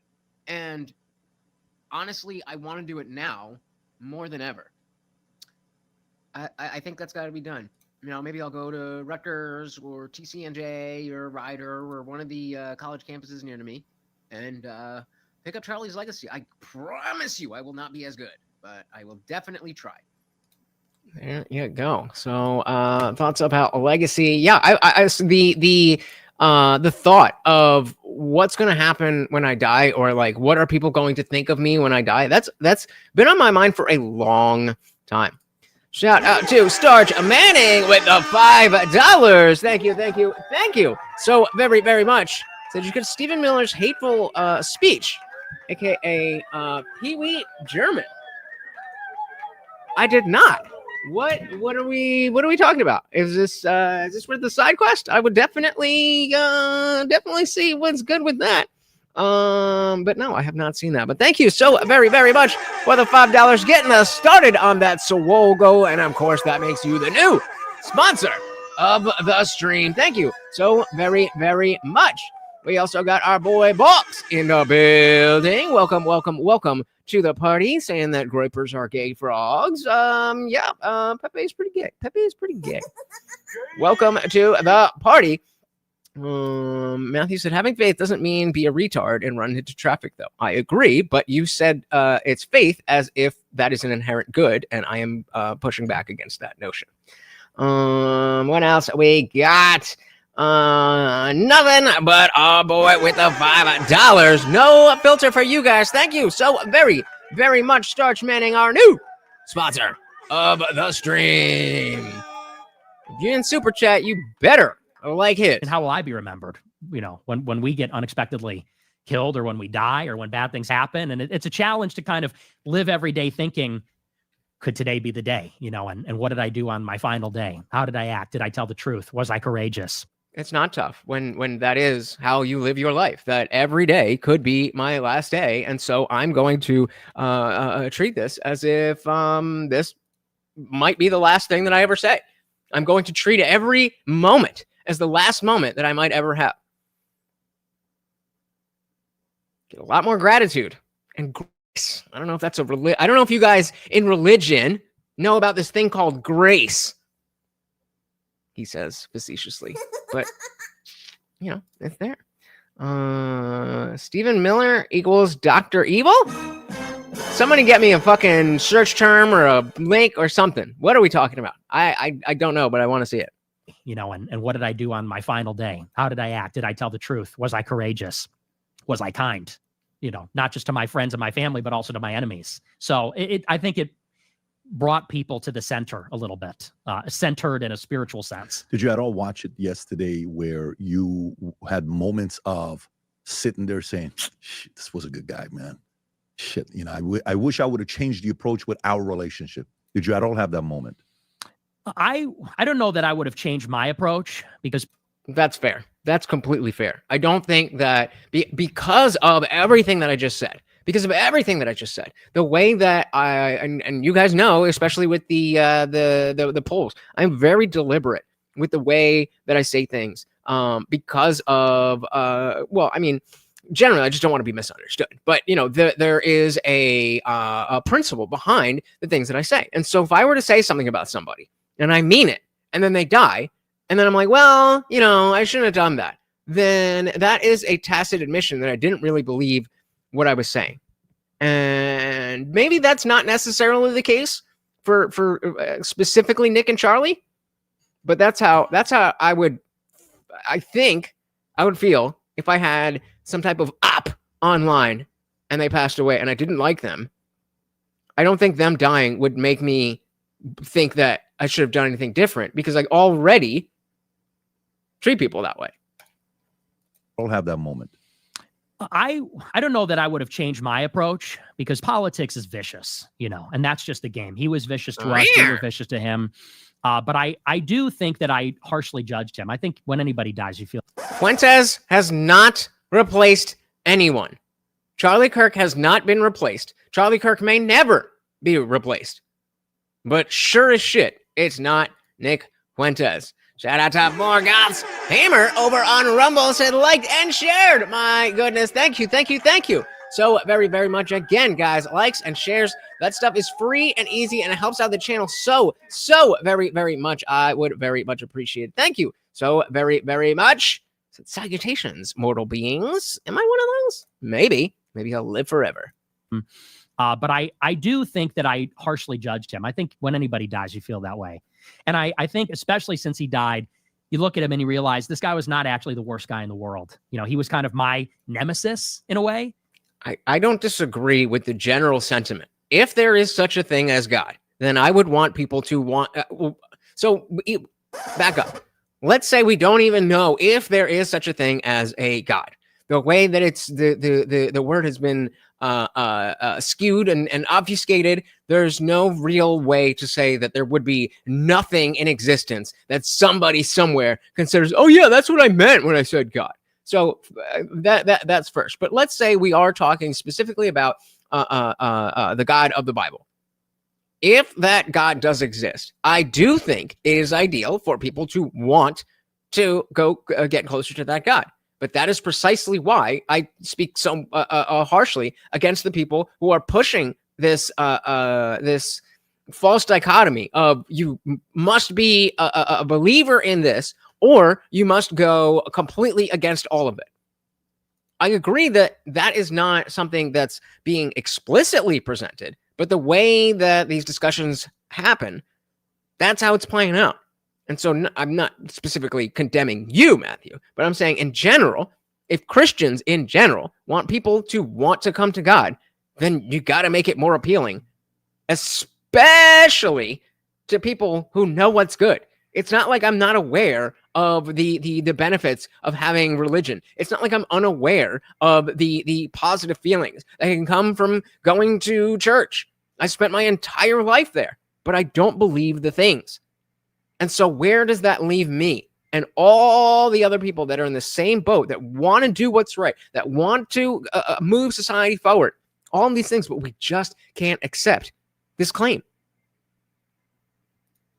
And maybe I was his on the right wing, but I realized that we had so much more in common than we disagree with, actually. So do you think when you hear the statement, let's find a way to lower the temperatures, do you in your mind say, shut up with this lowering the temperature bullshit, stop it, lower the temperature? Do you know what's going to, do you hear that message now and say, maybe we got to lower the temperature?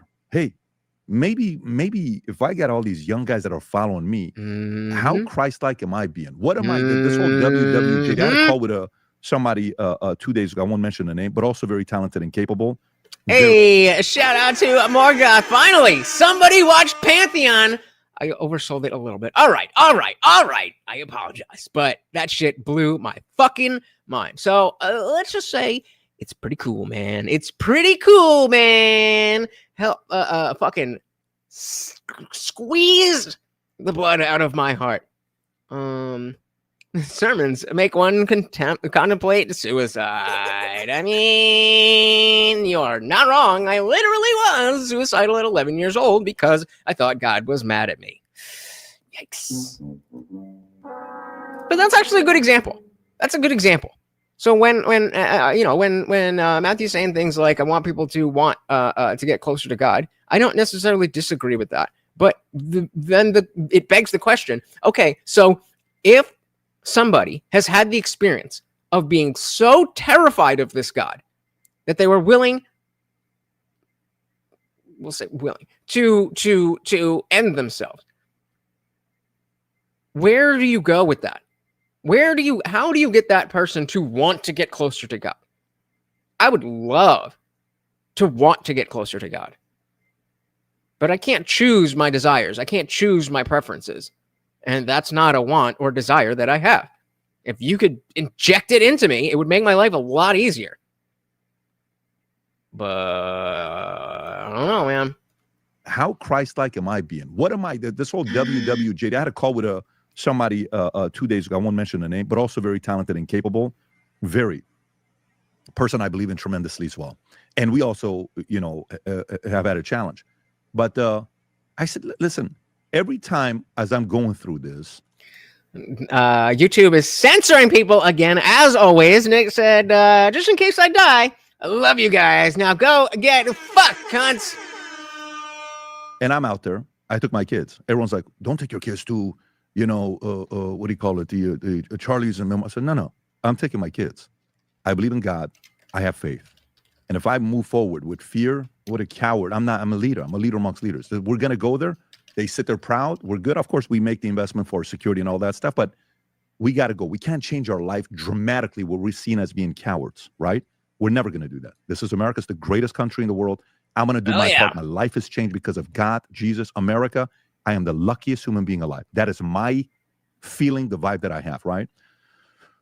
But when you hear the words, we got to lower the temperature, what's the first thing you think about?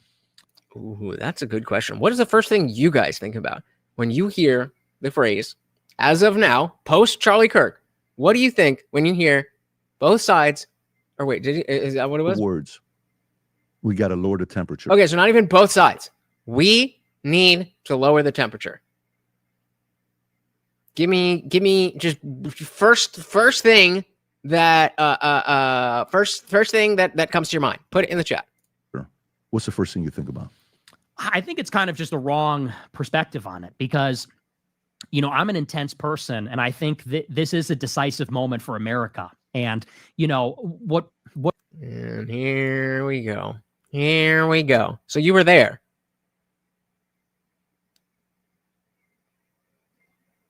Where did the phrase God-fearing come from?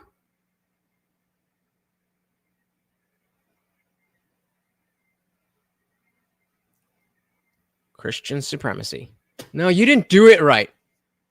Let's not address the fact that it's still an unfalsifiable claim. Because like I said, I was 11 at the time. I'm 35 now. I have a better understanding on many things in the world.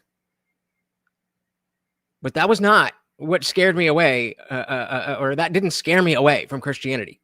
As I said, it was the truth claims. I read the Bible and realized, oh, I am not convinced of what I'm being told. The fact that I did have those experiences are just to address the fact that you wanted people to get closer to God.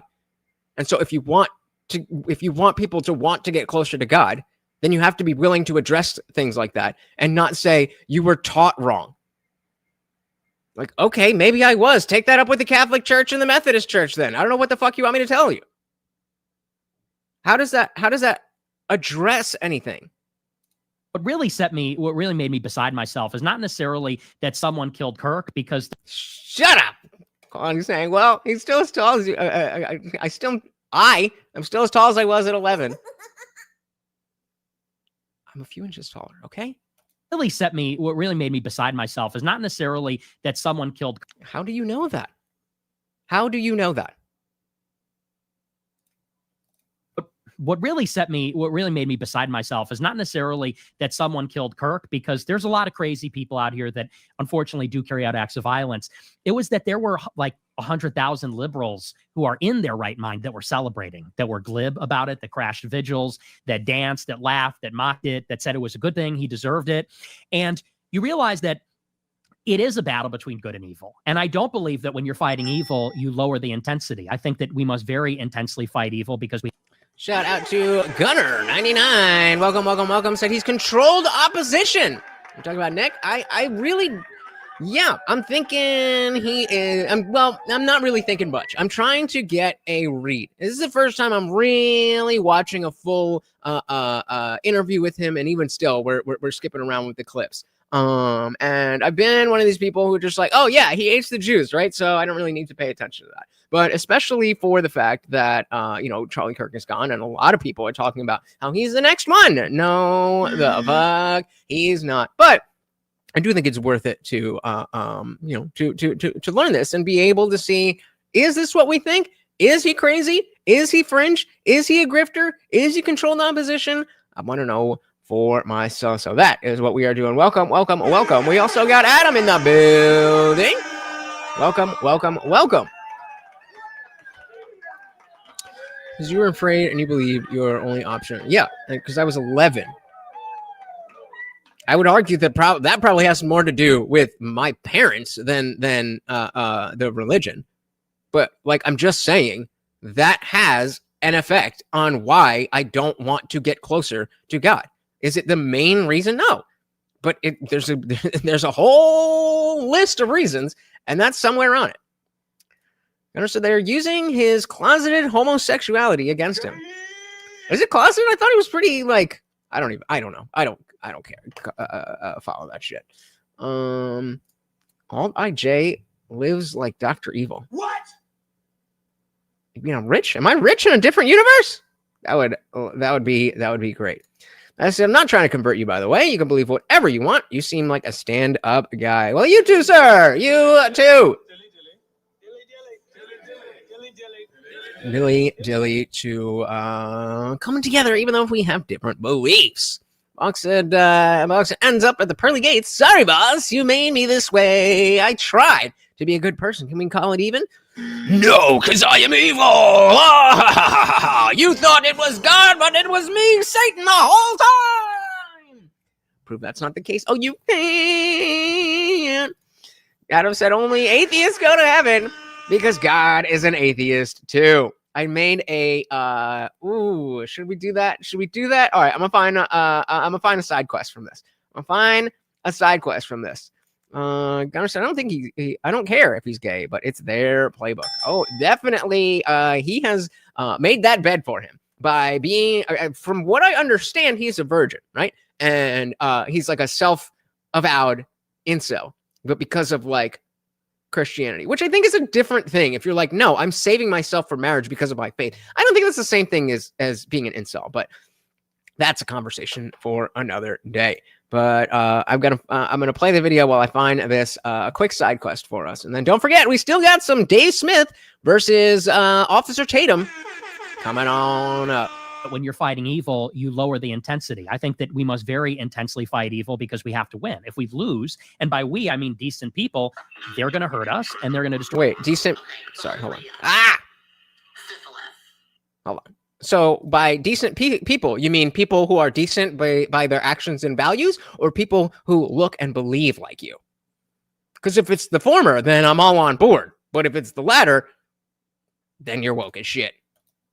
Win. If we lose, and by we I mean decent people, they're going to hurt us and they're going to destroy the things that we care about.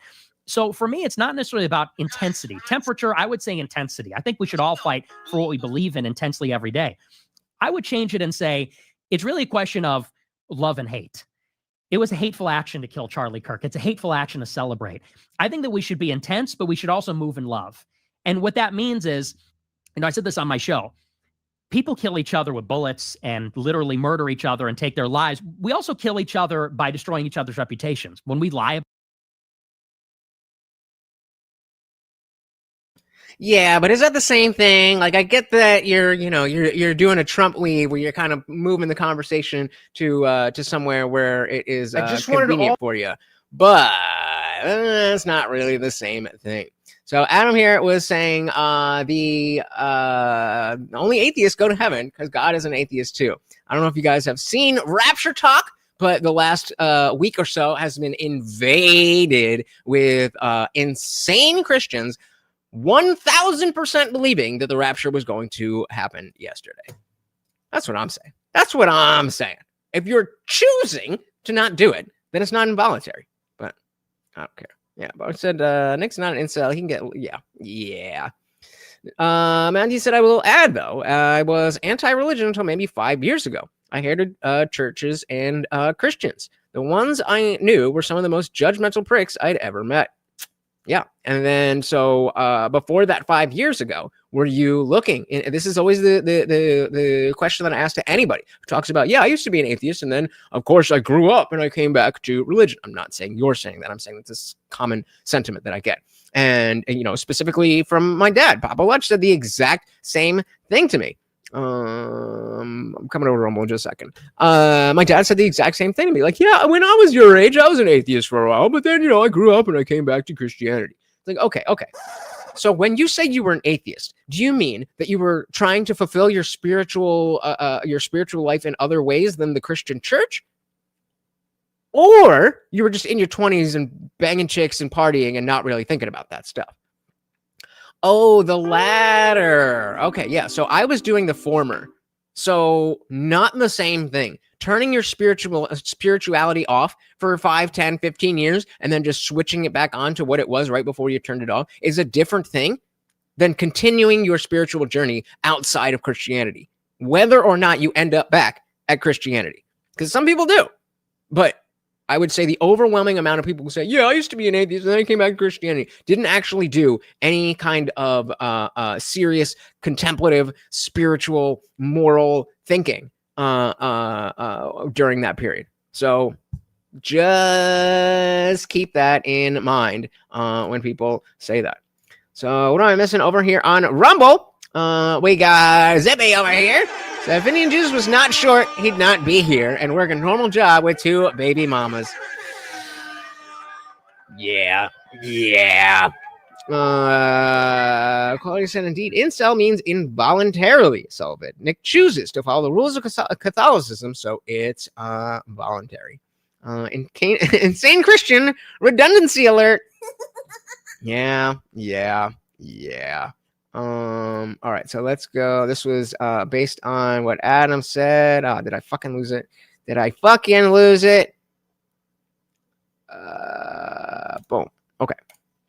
I just wanted all the atheists out there to know. If you haven't heard, the rapture is coming on Tuesday, but I've got good news. You know, as the Indian Jesus, I got a direct line to the big guy. He told me that this is all a test, guys. This is all a test to expose the ego and the pride of all of these Christians who are out here on TikTok trying to make it seem like they're better than you. So what's actually going to happen is that all of the atheists and all the Christians who have not been talking about how, oh, we're going up and you're going to stay down here, we're all going to get raptured. And everybody who's made a single TikTok video about the rapture in any kind of condescending or I'm better than you type of way, you're stuck here.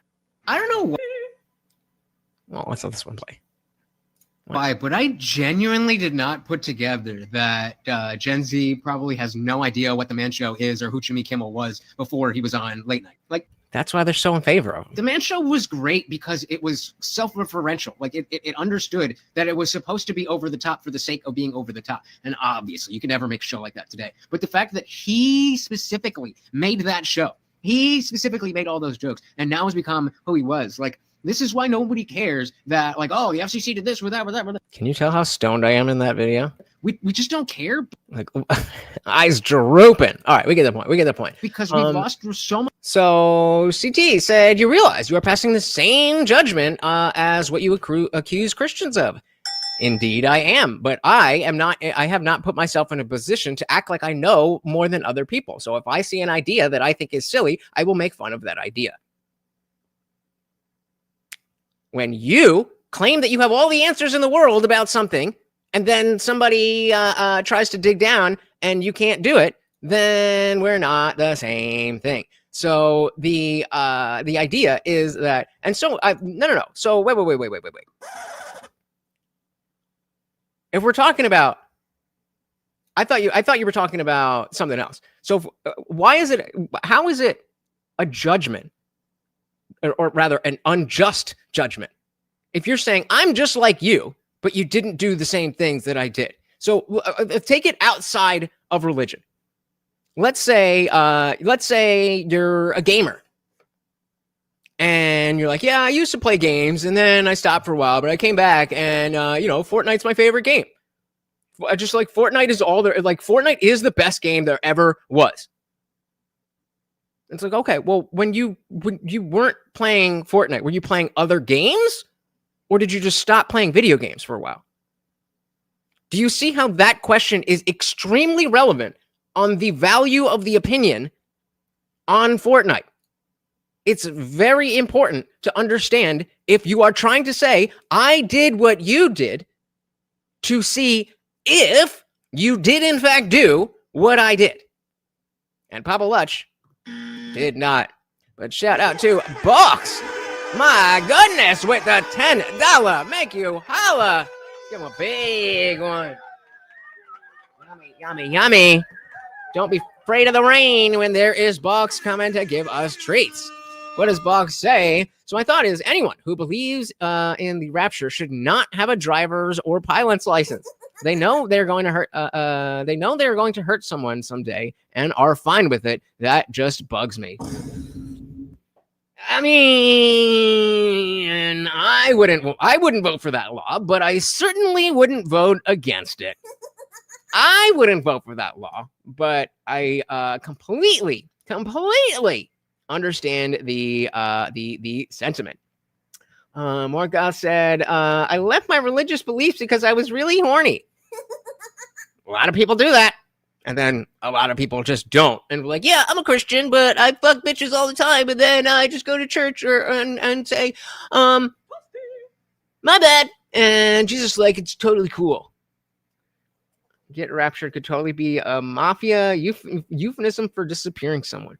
We gotta, he's gotta get raptured. The rapture's done. The rapture's done.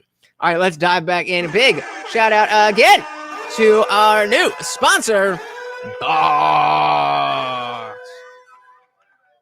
For each other and take their lives. We also kill each other by destroying each other's reputations. When we lie about somebody, when we gossip about somebody, when you go and actually do the examen of conscience at confession at Catholic Church, and you go through all the different sins and you say, because you have to contemplate, you have to confess everything, every mortal sin. What do you mean? You have to confess all of it.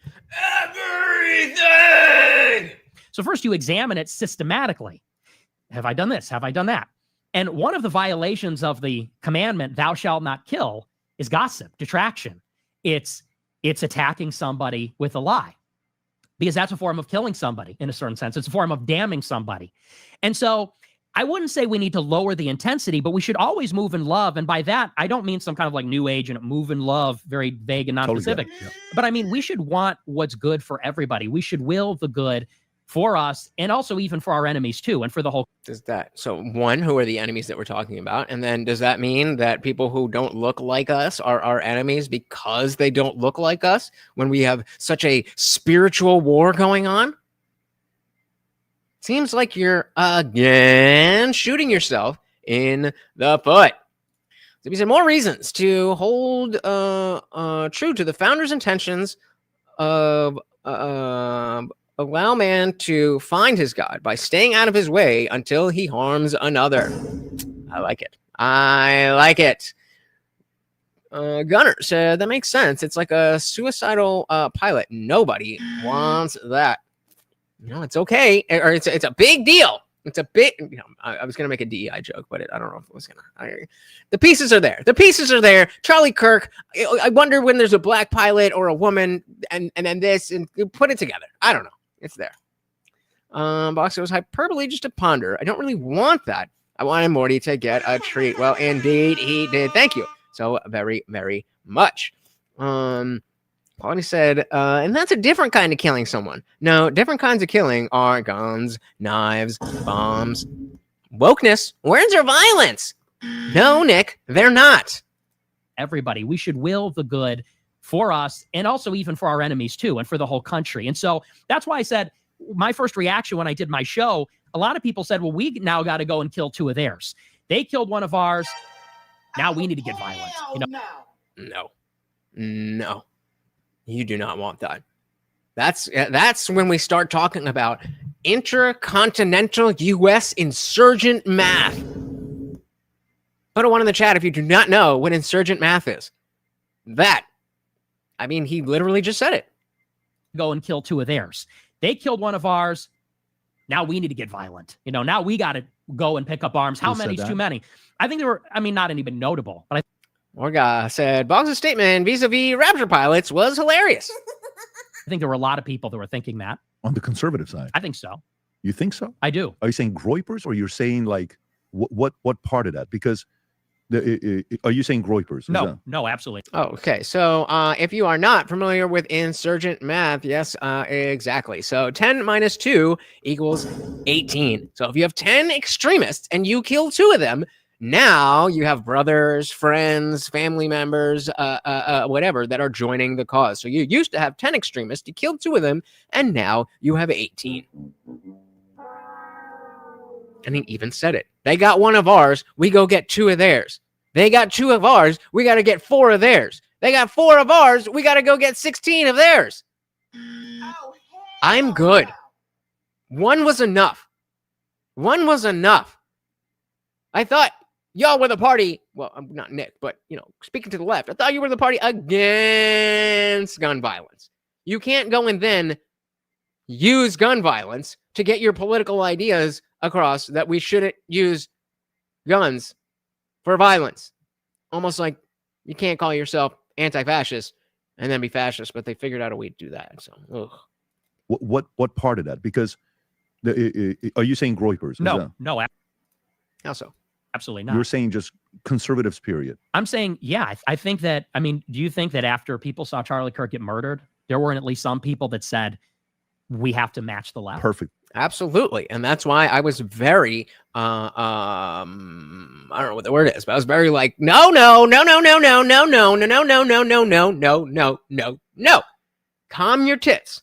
Calm your tits. That's not what you want. And then, yeah, Morgan talking about the insurgent math, especially when you blow up a whole fucking cafe to killing the terrorist. That's exactly what it is. Exactly. Fox said a spiral of violence where no one ever turns the other cheek, says the atheist to the other atheist. Where have we both heard that before? It's almost like living in a Christian country is enough that you don't have to buy in to the religion. Crazy thought, right? Kirk get murdered, there weren't at least some people that said, we have to match the left. Perfect. I'm glad you brought that up. So my initial reaction, I'm a very bad person. Very. Initial reaction is vengeance, right? That's normal. Initial. I'm gonna do a poll for this, and it's not going to be able to cover everything. So just give me your best answer. Vengeance, right? That's normal. Initial. But that's the part where, there's certain people that will come say stuff about me. They say it all the time. You've got money from Assad. We don't do sponsorship money here. We haven't taken sponsorship money for 2 years. The only thing we take is AdSense, and that's what YouTube does. We don't pick. And hit us up on Connect, where it probably cost $18 to send a text message. Money here. We haven't taken sponsorship money for 2 years. The only thing we take is AdSense, and that's what YouTube does. We don't pick and choose what it is, right? But they'll say stuff like that. Doesn't bother me, because it's like, if you fight it, they're going to do more of it. So what are you going to? No, that's what bothers them. Let me keep going. Nah, I'm good. I'm going to do your part. Maybe if I was in my 20s, I would constantly fight that over and over and over again. I'm not. To me. Well, if that's the case, then let them roll, baby. I also think there's a moment here, where we have a moment. I feel like within the Conservative Party, there's a lot of different gangs, okay? In a mob, if you go study the history of the mob with Lucky Luciano, when they created the commission, all these different families came together, right? It doesn't mean we're buddy. Hey, how you doing? Everything's good. That's not what that means. It just means, listen, at the end of the day, maybe the enemy isn't who we think the enemy is, okay? Maybe it's the Jews. Maybe you and Charlie, 90%, I don't know, 80, 90%, you were on the same page. Is it worth us getting this nasty over the 10%? I don't know. I don't know. I feel we're at an era right now. Especially not when the other side of the aisle is completely in lockstep. That I think all the voices matter. And I think, I don't know what your aspirations are long term. Do you have any aspirations to run for office one day? Potentially. Okay, potentially. Do you think Charlie was going to one day run for office? Absolutely. Absolutely. Charlie definitely was. Nick, yeah. I mean, we saw a huge shift in the landscape with Trump, but I don't know if some of the clips that would come out, I don't know if you can pass that. I said that all the time. I think you probably have some plans of one day running.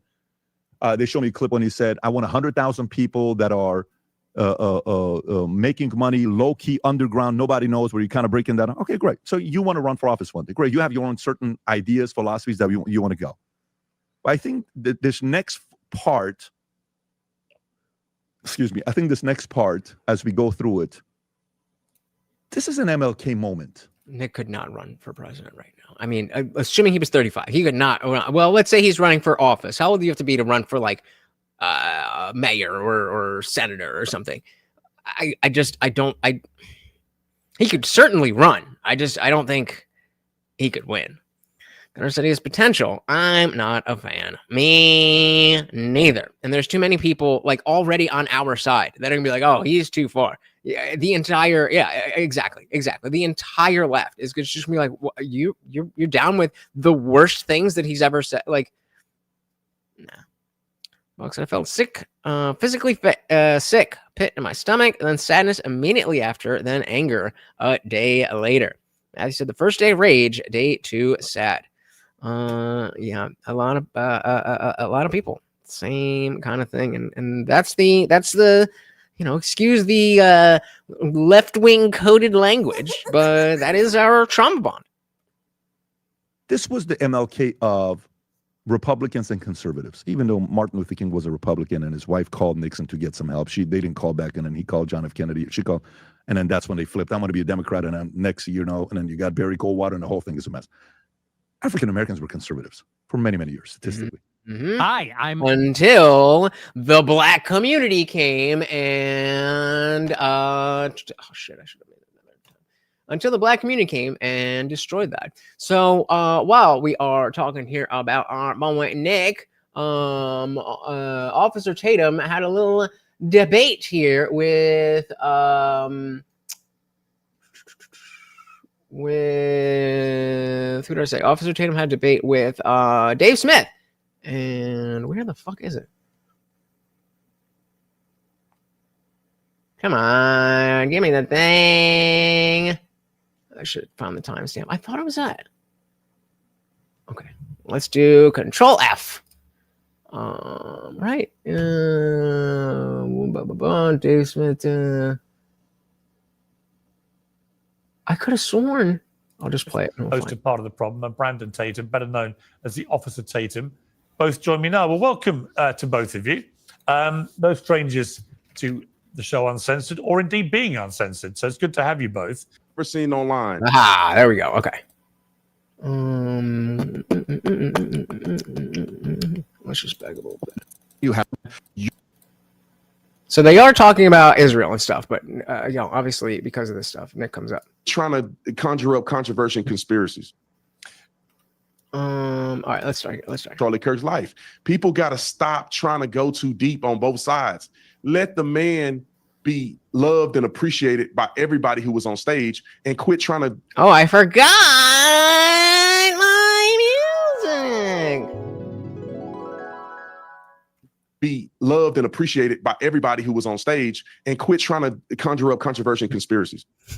Chris, can I just add to that, because I do think there's something kind of interesting, like because having a black conservative and a Jewish guy who's like a critic of Israel, there's always like some parallels that I see between those two positions. And I think maybe we could, across the board on all of these things, people got to just stop making accusations of bigotry based off of what you're guessing the other person was dog whistling. Like you're. Yep, and we are exactly talking about this. I brought this up in the debate with Melanie, Cosmic Fox, whatever. Remember when you see someone trying to assign motives to something they don't understand, that is a woke tactic because they don't understand and they have nothing else to say. Saying that there was a secret message hidden somewhere in what the other person said. Listen, say what you will about Tucker Carlson. I know Brendan said he's not a big fan. I love the guy. Of all the things you could criticize him for, he'll tell you how he feels. I promise you. He'll tell you how he feels. If he has a controversial view, he'll say it. He's not hiding some view embedded in his story here. And people I didn't even know that he went on a podcast. To get over this, man. There's just if we couldn't take one lesson away from the last 15 years, that making these accusations of bigotry to shut down conversations and making these accusations where they're I had no control over that. That was not my channel. I just showed up and I mean, Jake told me, I got a DM from Jake that said, what did it say? Ferb is interested in a rematch. I think that is talking about Mel, but because it was a Furby, but I had no control over that. But I definitely won't do that again.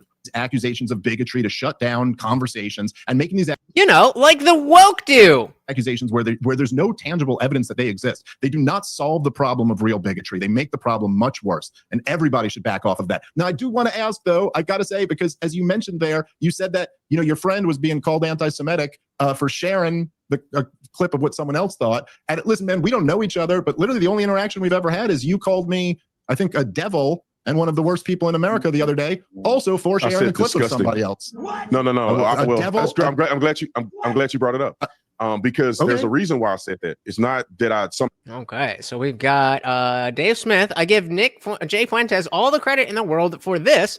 And then Officer Brandon Tatum says Dave Smith and Nick are devils, two of the most disgusting people on the internet. How? Well, god damn, those strong words and guilty by association. Because there's a reason why I said that. It's not that I somehow mentioned something about you just in passing. You shared a post of one of the most disingenuous, evil individuals that I've ever seen online. Nick Fuentes shamed Charlie. Ever since 2017, he would come out, harass, accost Charlie at events. He would harass his wife. Him and the Groypers would harass my wife because she's white. And this guy said Charlie is a fake Christian and he's disgusting and he should never be able to be on campus without being shouted down. And then he comes out and makes a fake apology. And I felt like you supported that. And then also, my art with you. I had never met you before. I disagree with you on Israel, but I respect that you come with your opinions. But when you were on stage at SAS and you chastised those young people and said they can never claim to be pro-life ever again because they support a genocide, I thought that was the most disgusting thing that any adult man could say to young kids who was just seeking the truth and openly listening to a debate between you and another individual. Y'all ready?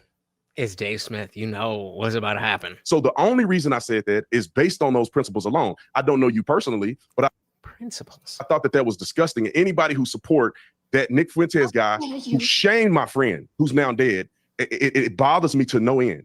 How dare you? Okay, well, look, I mean, again, I said I give him all the credit in the world for this. And what was this? This was after Charlie Kirk was killed, him saying that he was a good man, that he's praying for his soul, and urging his supporters not to be violent in response to this. And I give Nick credit for that. Am I disgusting? Say, you know, I thought, as I think many of us did, immediately after Charlie was killed, and immediately after your first reaction of feeling so horrible on a personal level for his family, you realize this is a very dangerous situation. And that was a big. I should have put fear on the thing, but fear was a very big feeling that I had after the anger and sadness had started to dissipate a little bit, realizing that, oh fuck, if shit's ever gonna pop off, it might be right now. Gotta say, for Nick Fuentes, you know, being who he is, to have him telling his audience, hey, if you respond at all with violence to this, I completely disown you. We need to be Christians about this. We need to be peaceful. We should be praying for him and his family. I give him credit for that. Whatever other beef you got with him, that's between you two. I didn't say I agree with the guy on everything he's ever said. Well, hold on, let me just respond. I didn't endorse everything the guy's ever said. I said I give him all the credit in the world for this, and then shared the clip of this. Pretty clear what I was saying. And by the way, I didn't chastise the kids at Charlie Kirk's event. I warned them. I warned them that if you're supporting the destruction of a captive, stateless people in Gaza right now, that you will never be able to claim to be pro-life again without being rightfully viewed as the biggest hypocrite in the universe. Yup. That's an opinion that I will gladly defend. And I noticed in there, you're not actually taking on that argument. You're just telling me how disgusting I am for having it. So listen, man, I think that if there's one thing Charlie would have wanted, it probably would have been for us to have this conversation without devolving into insults. You can say it's disgusting if you want to. I think there's a pretty strong argument for my point there. I think it's kind of undeniable. There's a real conflict between being pro-life and then also supporting a policy, the price tag of which is tens of thousands of slaughtered babies. Oh, I thought he was done, but we'll take the victory lap. We'll take the victory lap. Now, I don't have any, shade for Officer Tatum. I think he's a good voice in the space. Not someone I personally follow too closely, but no shade here. But I mean, Dave is Dave. The price tag of which is tens of thousands of slaughtered babies, children. Well, on that point, Officer Tatum, I will let you respond, but let me just put that directly to you, because one of the reasons that I've become increasingly critical of Netanyahu's government, and you interviewed Netanyahu a couple of weeks ago on your YouTube show, and we'll play a clip from. Yeah, see, I didn't even know that. Shout out to Dylan Soup. Welcome to the party. Oh my goodness! All right, lay it out, Adam. Lay it out for us. Yeah, it's because you're wrong about it. Be right, and then we'll like it. Government, and you interviewed Netanyahu a couple of weeks ago on your YouTube show, and we'll play a clip from that in a moment. But one of my, and he won't do my show, just for the record, since the war started, because I think one of the reasons he won't do me is because I would say to him, "You're not achieving any of your war aims. you're not getting the hostages released. In fact, if anything, I'd say Subtext: he did your show because he know I'd be too hard on him and you were easy on him. you're imperiling their lives more every day this goes on. You're not defeating Hamas. That much is clear. You're causing endless more devastation. Your cabinet right-wing members like Smodrich, Ben-Gvir, and others, they're talking openly about ethnically cleansing all the Palestinians. Are you not concerned, Officer Tatum, with a fair-minded head about this, that actually it is no longer about a retaliatory self-defensive strike for what happens on October the 7th, but part of a much bigger plan, which many on the hard right in Israel have harbored for a long time, to displace Palestinians from their home in Gaza and from large swathes of the West Bank? Does that not concern you? Okay, great question. Let me address a few things. I think that Nick Fuentes is disingenuous, and I felt like Dave Smith is intelligent enough, and I'm not challenging your intelligence, but I believe that you can see through the bullcrap on so many other people, and I felt like you should have seen the bullcrap through Nick Fuentes, because he's just saying that to save face now that Charlie is dead, and all the way up to his death, he shamed him. When it comes to the pro-life situation, there's a very big difference between articulating whether a person believes that life starts at conception, not perception, versus a person disagreeing with urban warfare and the way that Israel's carrying out their attacks in Gaza. That's two different things. They should not be conflated. When it comes to my concern, Put a 1 in the chat if you want to see where this goes, because it does get a little interesting. But put a 2 if you'd prefer to go back to Nick, because that part was mainly what I wanted to see. But I love me some Dave. Attacks in Gaza. That's two different things. They should not be conflated. When it comes to my concerns for Benjamin Netanyahu and his tactics in Israel, or his tactics against Gaza, there's a few things here. I think that Benjamin Netanyahu, and because the nature of the interview wasn't really a debate, it was more so me asking him questions that my audience wanted me to ask him and him putting the answers out there, and people can debate that. But I think a lot of people that I know in Israel, including myself and others that are staunch Zionists, think that he is prolonging the war too long and is causing too much damage and irreversible reputational damage. Oh, BB? Yeah. He should have ended it sooner, and he should have went harder. In America, if we had faced such brutality, rape, people getting their heads cut off. I saw videos of people getting their heads cut off. We would have been swift within I feel you, brother. 48 hours. We would have caused the most damage that you've ever seen to a country in world history. And Netanyahu, for whatever reason, is capitulating, in my personal opinion, to his own personal image, and that he don't want to look bad. He don't want to be shamed. He don't want people to say that he's committing a genocide. So he's playing in the middle for too long. 2 years of this war is too much. He should have eliminated Hamas immediately, and he should not worry about the naysayers. He's darned if he do, he's darned if he don't. He is not committing a genocide in Gaza. I think that's disingenuous at best, because no one committing a genocide will be giving food or aid to a people that they're trying to kill. They would not be sending leaflets and advising people of buildings that they're going to tear down. The population has grown in Gaza from 1948 all the way up until today. 500,000 they started with. They're at 2 million at this point. When did the genocide start? There is no genocide. People can argue that there's no genocide.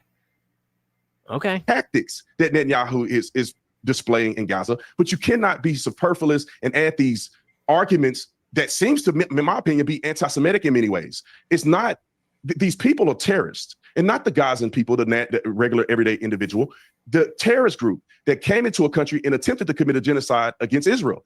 It's probably because it's wrong. No, I'm just messing with you. Just messing with you, bruvs. Terrorist group that came into a country and attempted to commit a genocide against Israel. They would have committed a genocide against Israel to a large proportion if it wasn't for the IDF and if it wasn't for the Iron Dome. Let's not forget they shot 4,000 missiles into Israel.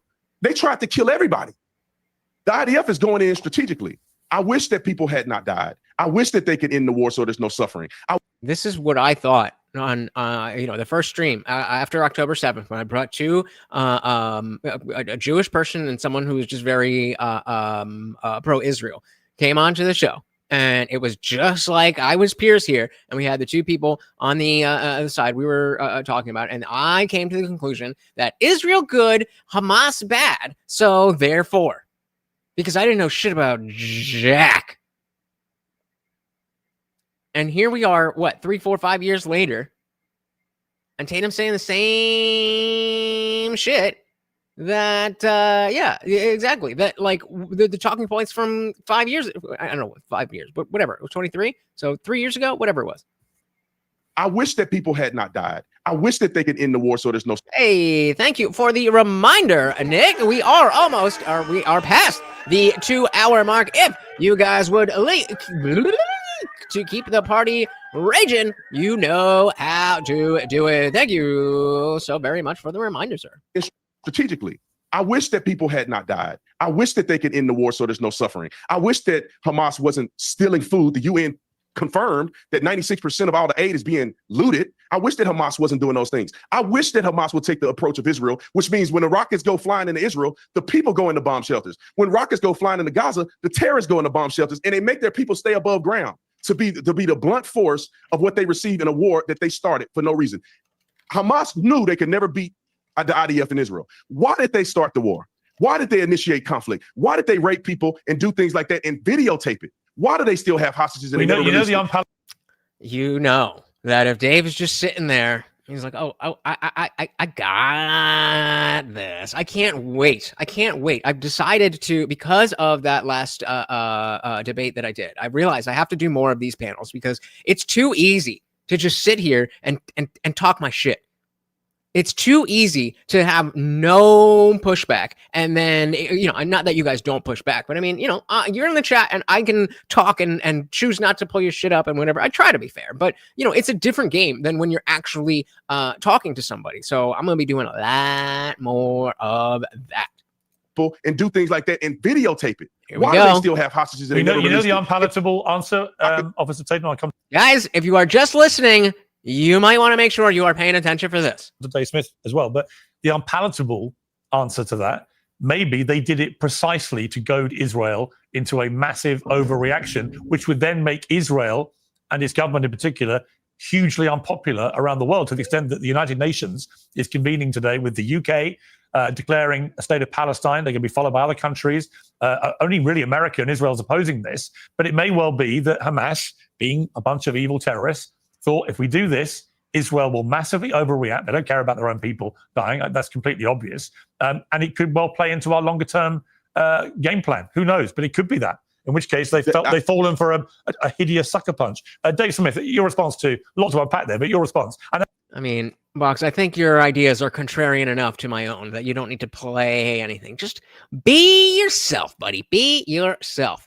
And also taking it's in time this news today about for the Dave like the Smith SmackDown of the week. There is a state of Palestine. Sure. Well, I mean, I don't know. I think Brent kind of almost hit every single talking point there. So I don't know. I mean, I've been knocking all these down for years on your show here. The bottom line is just that it is just, look, to sit here and say that even as you say, obviously, Pierce, it's not like Hamas had to be rocket scientists to figure this out. This is what terrorism is. It's asymmetrical warfare. The action is in the reaction. Osama bin Laden didn't think he could take down the United States of America by taking out our towers. He thought he could lure us into a war in Afghanistan. And how did that? Oh, perfectly. That might bankrupt us. It was the plan that our CIA coached him through Hail Hydra.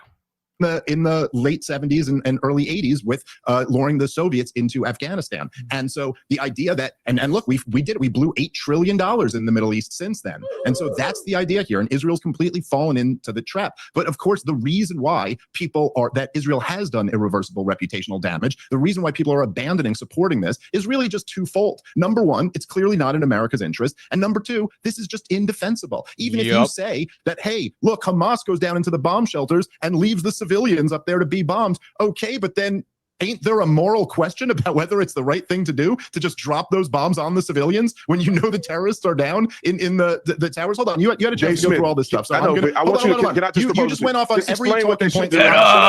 I'm just going to finish. Yeah, I'm going to finish what I did. Well, what they should do is embrace a two-state solution. Ultimately, they should stop occupying the people as they've been done doing it 5 times in the Arabs rejected it. Oh, honey. Okay, now 5 times in the Arabs rejected it. Yeah, I get it. I know you're going to hit every Hasbro talking point. That's not true. There's been lots of books. No, it's not. It's a talking point. It is not true. The Palestinians have never once been offered a full-fledged state. There's not one of those. Wait, did he just pull a "have you been"? True. There's been lots of books. No, it's not. It's a talking point. It is not true. The Palestinians have never once been offered a full-fledged state. I thought I heard it. There is not one of those 5 times that they were ever offered a full state. Even, by the way, that's not even your own Hasbro talking point. You're supposed to say 97% of what they wanted, which also is a lie. The point is that it doesn't, no matter what you're going to say here about Israel propped up Hamas for years to keep them in power so that Netanyahu could thwart the creation of a Palestinian state, to then use them as a justification for mass slaughtering a captive people that you have kept stateless for 60 years is morally indefensible. And I'm sorry, I didn't realize I had to actually paint the full thing out. When I was talking about the pro-life analogy, yes, being pro-life is about believing that life begins at conception, but baked in there is also the assumption that you think it's wrong to murder kids. Like the point is that yes, if you're pro-life, then you also murder kids. Yes, but you're supporting a policy that is doing just that. There's no policy to murder kids. It's urban warfare. Unfortunately, people die. There's no policy that says you should murder kids. This was the same thing when I was debating Rachel Wilson. She's like, well, that's not oppression. I'm like, okay, I don't fucking care what you call it. That's what I'm talking about. But that's not oppression. Okay, great. Yes, I'm sorry. Yes, that is. Look, when you make a decision to drop a bomb on a building where you know there are children inside of it, yes, morally speaking, you murdered those children. Phone calls. You told them to evacuate, not murder. Okay. So how about when they don't? There's no how about intent. This last attack? There's no intent to murder them. Wait, let me ask you a question. Follow up. How about when they don't? What about when they don't drop leaflets? What about when they don't have evacuation orders? They just did this in Gaza City yesterday. How about that? Is that now murder? Well, they don't have to. No. I could give you an example. They don't have to drop leaflets and give phone calls if they're. So then why are you bringing that up? I'm saying because I'm trying to obfuscate the conversation because I don't know what I'm talking about. You are shooting weapons and Hamas is firing weapons and using it as a military base. They don't have to give leaflets to give evacuation. I agree. I don't understand why after all of this time anybody is talking about a two-state solution as if anybody over there wants that. Like, yeah, obviously, if there was some way for these people to coexist, then that would be ideal. Clearly, that's not the case. So we're just funding a conflict to continue and continue and continue and continue. And be like, oh, we're going to get to a two-state solution. No, the fuck, you're not. One of them is going to kill all of the other ones. So pick which one you think are better and help them mow down the rest of them so that we can move on with our fucking lives. I am so fucking sick of hearing about Israel and Hamas and Gaza and all this fucking bullshit while our own country is falling apart. We'll let's play a little longer and then head back to next. That if it's a civilian building or something where they can eliminate having casualties, they will do that to the best of their ability. But there's some instances where they can't give notification because Hamas is operating out of these hospitals, operating out of mosques, and they don't bomb them. Have to do what they have to do in this. Do they have to though? It's warfare. They have to. No, they don't. They actually don't have to. What should they do then? What should they do? By the way, I love Pierce. Should they do? I love Pierce. I think it was Aaron Matei who coined this phrase. I could be wrong about that, but someone said the entire Israeli case rests on you saying that nothing justifies October 7th, but October 7th justifies anything.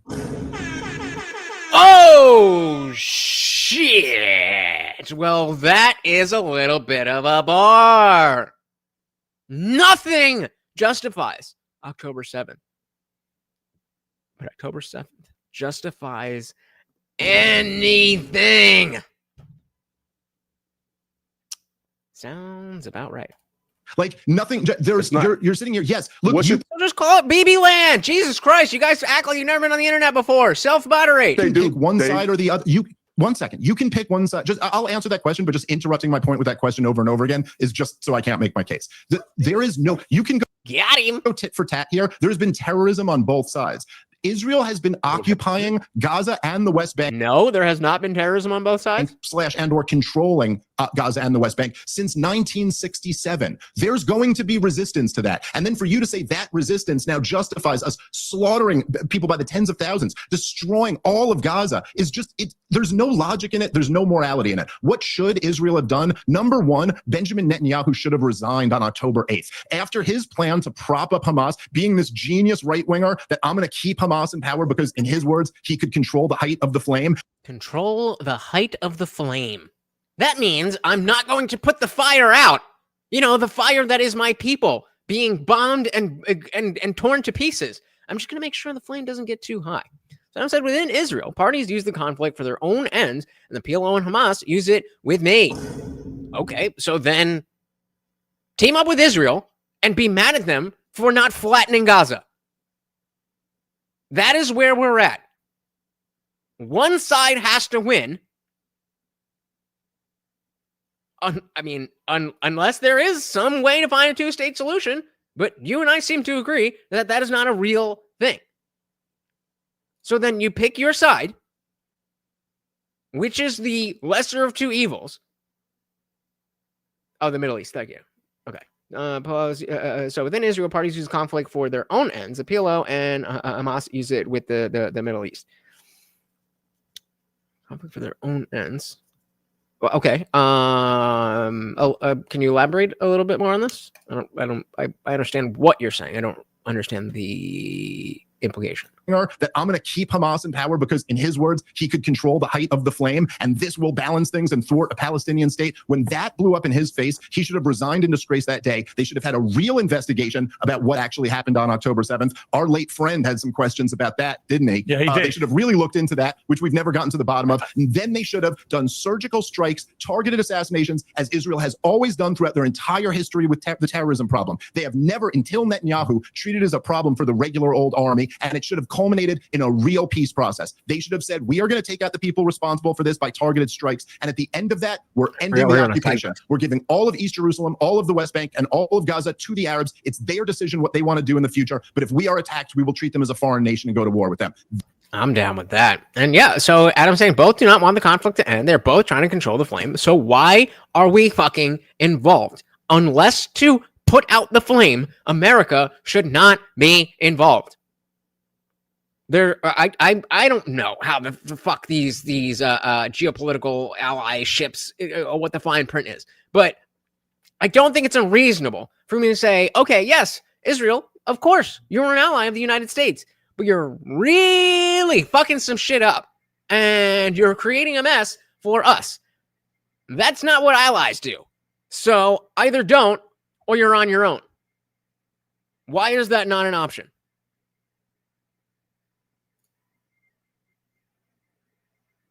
I'm up here saying it every Monday, Wednesday, Friday, 8 p.m. Eastern. I am here saying all of this. Have you? Decision what they want to do in the future. But if we are attacked, we will treat them as a foreign nation and go to war with them. That's what the response to October. And by the way, Officer Tatum, yes. I think the biggest mistake Netanyahu has made, of many actually, in terms of tactics and strategy, was the attack in Doha. Which failed. It didn't kill any of the Hamas commanders. But the amount of fury that has created amongst the Arab countries, from Saudi Arabia, the UAE and others, but also apparently, according to Haaretz, amongst Mossad, who are absolutely furious about that attack on one of America's main allies in the Middle East, someone with 10,000 American troops in a base there, to just attack with impunity Qatar and to attack people who were at that. Qatar? So, yeah, I mean, and then they're getting into the details. I will give you the link to that if you'd like to watch it in full. But let's get back into the Groyper. Change moving forward. Hey, a shout out to, where am I? Oh, Jesus. Shout out to Guam to keeping the party raging. Thank you so very, very much. $1 is all it takes, guys. I'm a very bad grifter. I should be yelling at you guys more to give me more money, but I'm not. So give me money. Thank you so very, very much. Oh, Guam Tex got it passed out. Thank you for hanging out, brother. Very, very, very much appreciated. Let's back in. How is your approach going to change moving forward? Are you still planning on going all out, aggressive? Because you said love and hate, right? Are you still trying to go with that part? Like yesterday, Trump said something, I don't know if you caught it. You probably caught it. When he said, I hate my enemies. I hate my enemies. I don't know. Erica's probably going to come talk to me afterwards, change my mind. You got to love the guy that he talks like that, right? You guys got a little bit of that similar style of things that you guys do. But I do think deep down inside he's loved today. I do think he's loved today. What's going to change about you? Damn, most people just left when we switched back over. Should I not? Whatever. What's your approach? Anything, or are you planning on being the same? Actually, before we do that, let's talk a little bit. Because the way that I've been doing it is that once we hit the 2-hour mark, any super chat then brings us to 3 hours. But that ain't working. So we're gonna have to tie. I'm not exactly sure, but we're gonna have to tie some minute amount to a dollar amount.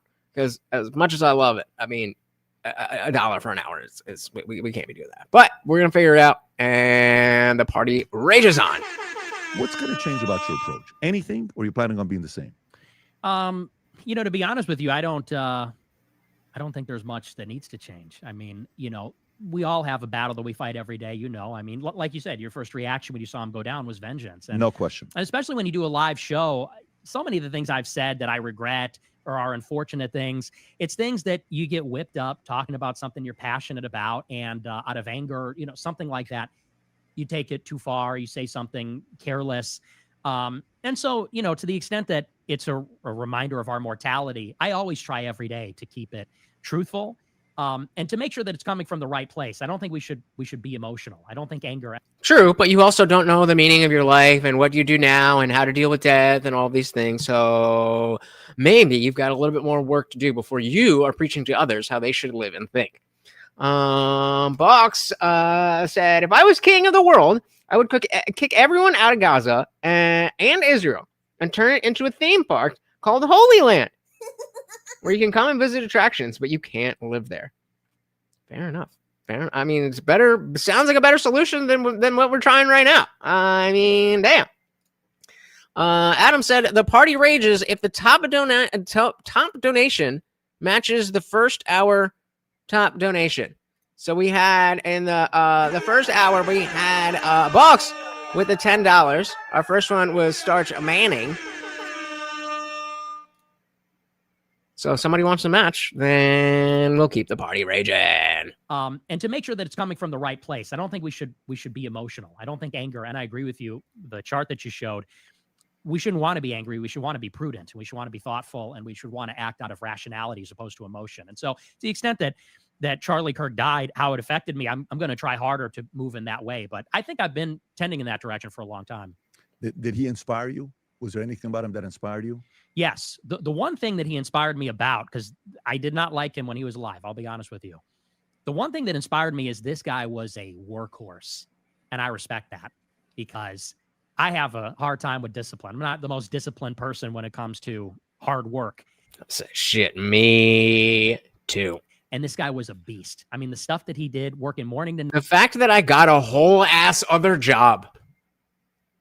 I got a whole ass other job in a restaurant because I thought for some reason that I would prefer that than just going to my boss at the dog training thing and be like, I need some more clients, even if they're 40 minutes away.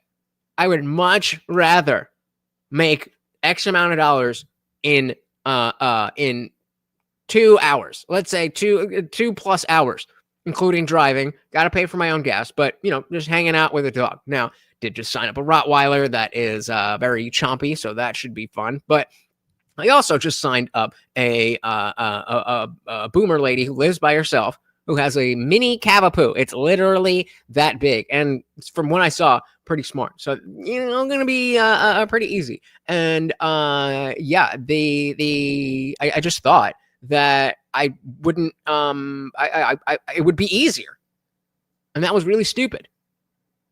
It's a good thing I got fired. Hey, shout out to Adam matching the top donation. Oh man, that might bring us close. Oh, look at it. He loves it. For the immortal. I wish. You guys, it is not going to be fun when he dies. It is not going to be fun, but he is here now.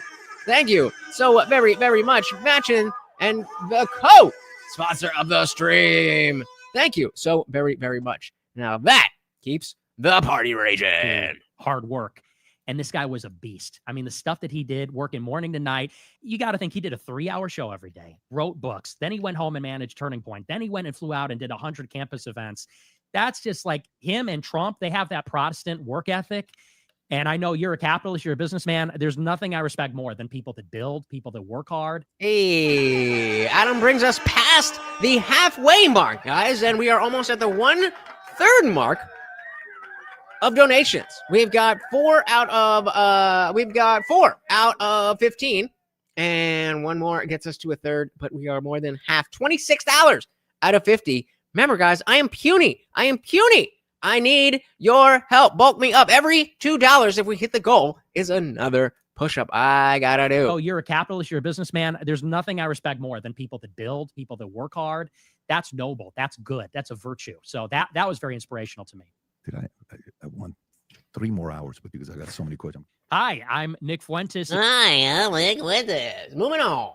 Oh Jesus! Look at the thumbnail for this next one. Targeted for asking questions with Ben Shapiro. What is the timeline from that moment, 18, to frustration and animosity towards Ben? Wyatt already had animosity towards him. Why is that? So in December, some months before, I put out a tweet on Twitter, and I had about 1,000 followers on Twitter. I was a server. I wasn't cooking shit. I'm just turning the charm on. Hi, how you doing? My name is Lutch, and I'm here to serve whatever you'd like. Today, our specials are X, Y, and Z, and if you really like, we can do for this. What can I get for you? Oh, that's a great choice. I'll be right back with that. You had a question? Of course, no problem. I used to get made fun of because the register of my voice, my table voice, and if you have ever worked in a restaurant or really in customer service, you know that there's a table voice or a customer voice where you talk more professional and softer. And even on here, because of the fact that I know that I'm broadcasting, like this is, I'm enunciating significantly more. And those of you who know when we hang out in the Discord, as it gets later, it don't sound like this. I get more into, just be like that and like whatever. And, I'm getting high. And but I used to get made fun of for the difference in my table voice. So I'd be like, oh man, I just got sat. All right, let me go. Hi, how are we doing today? And I mean, maybe you guys have seen the registers go pretty much, but yeah, you gotta have that. You gotta have that voice on lock. Once before, I put out a tweet on Twitter, and I had about 1,000 followers on Twitter. 1,000. Think of that's not a big account. And I tweeted, I said, if you put China over America, you should go to China. If you put Mexico over America, you should go to Mexico. You see where this is going? I said, if you put Israel over America, you should go live in Israel. So again, I agree with that sentiment. Why are we invoking Jews? Shapiro quote tweeted that and said, accusing Jews of dual loyalty is the surest sign that you're an anti-Semite. Is it though? Is it though? 1,000 followers? Why would he retweet that? Someone must have sent it to him. Does he know anything about you at the time? Like, are you a formidable name in a circle that he would know about you? He had been tipped off about me because Snitches! Cassie Dillon had filmed this debate I did on campus. Yeah. She live streamed it on Twitter, and he saw it. And she texted him and said, you got to take this guy under your wing. He's unbelievable. He's the next big thing. He's a little Trumpy, she goes, because they hated Trump at that time. Who was the candidate? I know that. So Ben Shapiro's assistant or producer or whatever made your career. Were DeSantis 2020, but who were they 2024? But who were they during that time? In 16, they I've gotten plenty of people who are like, I tried, I can't watch this because I hate his voice. Like, that's how I talk. I don't know what you want from me. were for Rubio, Cruz. Oh, ultimately. Cruz was it back at that time. I remember that. Mm-hmm. Okay. So she says you got to go because he's a little bit Trumpy. And then what's his response to her? He said, I'll take a look at him. I'll take a look at And his she stuff. told you that. So she said to you, I told Ben he should. And does anybody still watch Ben Shapiro? And he said to take a look at She you. sent me the screenshot. Yeah. Oh, wow. Okay. So now this is starting to make sense. So at this point, while you're going through this, you when you put that tweet out, were you directing it towards him or not at all? It was a general blanket statement. It was a blanket statement. So it was nothing like a little bit 10% was towards Ben. I didn't tag him or anything. I mean, I know, but were you like No, I am an equal quality offender when it comes to Jews, says him. saying this is towards him? Because if you're saying, the feeling, when did you first get a feeling that Ben is Israel first? When he said he was Israel first?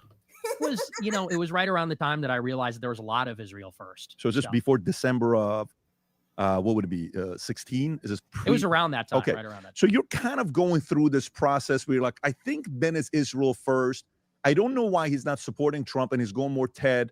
And maybe Ted would be more pro-Israel Even we saw the conversation with Ted and on what do you call it, Tucker a couple months ago, which I thought it was a great show on both ends. I actually liked watching it. I think it was good for the viewership. So you're talking to her. What is your goal in mind with her? Do you have any goal in mind? Like, do you want her to convert to your way of thinking? Are you trying to kind of tell her, man, listen, you're going to the dark side the way you're going right now? Is that kind of where you're going, or not at all? Yeah, well, I want everyone to think exactly like me because I want everybody to look like me. It's just at that point, I wasn't even sure that I was right about any of it. Okay, well, he added about any of it. You're definitely right about some of it. I was just at that point, I wasn't even sure that I was right about any of it. I was earnestly asking. Got it. Okay. And saying why, like when I said, why do we give Israel this much money? At that time, that was not a rhetorical question. Because now it sort of is. When we But that's definitely a good question. say, why does Israel get more money? It's sort of a rhetorical begging the question because they have this extraordinary influence. At that time, I was earnestly wondering. So when does it get from Israel, the country, to JOOZ, the religious group? Make that jump for me, please. Maybe I'm too stupid to get it. I completely understand why the question of why is Israel getting so much money. I understand why that has become rhetorical. What is it about the Jewish religion? Is there a reason? Is there a justified, good reason that there is this special relationship between the countries? Yep. Because that is what she believed. And, you know, they would give these answers, but I would debate. I would say, well, here's why that doesn't stand up. Here's why that doesn't make sense. And they became frustrated that I wouldn't let that go. Okay, so Ben retweets a guy's tweet with only 1,000 followers, but he knows about you because Cassie already told him that you should take this guy under your wings. Shout out to Cassie. It could be somebody. Is Ben married at the time? Cassie was the original Groyper. To take this guy under your wings, and he could be somebody. Is Ben married at the time? I don't know. Can you see if was Ben married in December of 2016, right? December 2016. Is Ben married?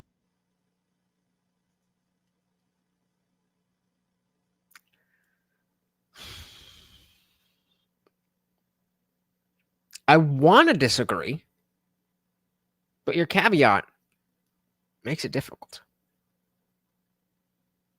Let's go to the poll. In 2016, about okay. So he's already married. So he's already married. He's got his family. He's doing his thing. This happens. She steps away. You can't believe it. So that relationship is gone. Do you all of a sudden just go boom, double down on it? On points against Israel? Is that kind of where it goes? Or are you still subtle about it?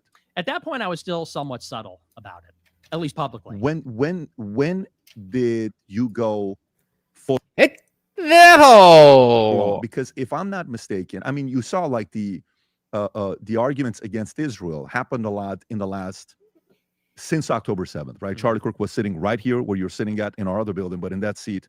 And isn't that ironic? They're like, oh my goodness, we worship this guy, but you know, he had the wrong religion. Okay, dude. Okay, that makes sense. Right. Charlie Kirk was sitting right here where you're sitting at in our other building, but in that seat. And it was 3 days or 4 days after October 7th. I think we were the first podcast he did where he actually questioned, how is it? He asked very fair questions. We're like, that's actually a very good question. How do you say you have the best intel, yet you're able to get them to attack you? You can't have one or the other, right? So innocent questions people are asking. I'm not speculating. I'm not saying anything. All I'm saying is it's a good question for us to ask. So it wasn't like he was being anti-Semitic. He's purely asking a question, right? When did you go to that level? To the level of asking questions or beyond that? Beyond that. Beyond that, I would say it would have to be later that year. So later in the spring or summer of that year. That year is 2017. 2017. Okay, so why 2017? Well, like I said, I had been on this journey when I got into college and started asking these questions. And then I encountered this very political response, which is to say that they start. Well, they're our ally, and that's the right thing to do, especially if you're a Christian, because Jerusalem started to treat me as an adversary politically instead of like an interlocutor, instead of like I was debating them about this. And you know, like so many Christians do to me, even though I have such similar values. but I just won't call myself a Christian because I'm not a liar. You know, the next step in that, of course, is that here's the best part. They didn't leave me alone. It's not like they said, we can't be friends. Leave me you do your thing, you alone. do our thing. Leave me I got a call alone. a couple weeks after the fact from my boss at our I never lie, baby. I never lie. end. So I was doing the show America First on YouTube. This is a small company at this time run by Jacob and Joe Seals. They founded it. I get a call from Joe Seals, who runs the company, and he says, what's going on with you and Cassie? I said, well, we had this falling out. You know, she told me she doesn't want to be my friend anymore. Is Cassie a big name that people know who she is, or She was a rising star. She Okay. wasn't big. Oh, okay, I was gonna say. I mean, just the connection to Ben Shapiro is going to give you power in that in this space at that time. She had please 20,000 continue. Okay. followers. So she wasn't anybody, but he calls me 20,000 followers, not anybody. up and says, the reason I'm asking is because she has been calling me every day for the past 2 weeks, complaining about. I've got 611 followers on X. I just TikTok's more fun. I mean, this is the Nick Fuentes story. This is the Nick Fuentes story. This is your reason to determine, okay, I've taken the time. I've heard him out. I've listened to what he's had to say. I've heard PBD pushing back and asking for depth and drilling down. So now I can have a better opinion. That's it. I'm asking is because she has been calling me every day for the past 2 weeks, complaining about you and saying, did you see what he said on his show? That's so racist. Did you see what he said on his show? Asking to pull my show off the air. Got it. And then it was a couple months later that the first hit piece ever was written about me by Media Matters. And I strongly believe, and I believe there was evidence for this at one point, that she sent in a clip from my show to Media Matters for America, left-wing organization. Huh. So what is the worst thing you've said? What at that time? What is the worst thing you've said? Have you said I guess we're done with polls too. All right. anything? You've said some crazy things. I mean, I've read some of the stuff that you said. Half the time, I don't know if you're doing it because you're trying to get under people's skin, if you fully believe it, or you're trolling. I don't know. Could be any of those things. Only you know what you're doing at that time when you're making certain comments. But what is the most vile, extreme thing that some people may say you've said up until that point that's causing Cassie to message Media Matters and others saying you have to see what this guy's saying? Up to that point, and this was the subject of the article, I was talking about the Muslim ban. And I said the Trump Muslim ban, the travel ban. Yep. I said, Wasn't a Muslim ban. the First Amendment does not apply to radical Muslims. I said, you don't have a First. Well, wait. It does if they're in America, but calling for violence, you know, like radical Muslims do, is not covered by the First Amendment. Did I miss a press conference? Did I miss a press conference where radical Muslims no longer are covered by the First Amendment? Didn't think so. The First Amendment does not apply to radical Muslims. I said, Doesn't it though? you don't have a First Amendment right to preach Wahhabist, Salafist ideology, which Yeah, in fact, you do, Nick. I hate it as much as you do. Probably more, but you absolutely have a right to preach whatever fucking bullshit you want, you know, as you're doing at this very moment. that's the theology of ISIS. So you're defending Trump. Yes, Okay. That's the worst thing you've said? that was the subject of the article. That was the worst thing. So I you've said. not said, so why would she be against that though? She was in favor of that So then what is she forwarding to Media Matters for them to write? because she Yeah, this is getting a little screwy. What exactly is the through line here? You seem to be, you know, I don't know what's going on here. knew that because it's a left-wing organization that they would use that to try to get me canceled or banned. It would be Okay. negative And you press. know this for a fact that she emailed it? I don't want to put anything. You know for a fact that she's the one that reached out to I Media heard it Matters. secondhand, so I don't know it. So we don't know for a fact. We're just saying you're speculating. She may have done that, but you know that the And you should stop being a scared little bitch and actually put your face behind your words, you little faggot. other person that called you saying for the last 2 weeks, you know that for a fact. Yes, That's firsthand. absolutely. Okay, fair enough. Hi, I'm Nick Fuentes. If you want to text me or call me or ask me, Now we move on to the population transfer of the Palestinians. Interesting that you're getting under so many people's skin, even though you're not yet. Oh, nothing else, Machiavelli? Not very Machiavellian, are you? Oh, that's embarrassing. Oh, he went back into it. Oh my God. Oh my my God, he's got 3 words. Loser. That's sad. That's sad. Oh man. Let's all take a moment and think about how pathetic this person's life is. Oh man. Yeah, and you're one of them, you fucking loser. You're one of them. You're one of them. What does that make you? I love this comment. It's like I'm not in some random comment section of shit that I don't want to watch. That's what fucking losers do. As he says, Machiavelli. Machiavelli. Oh, I'm LARPing.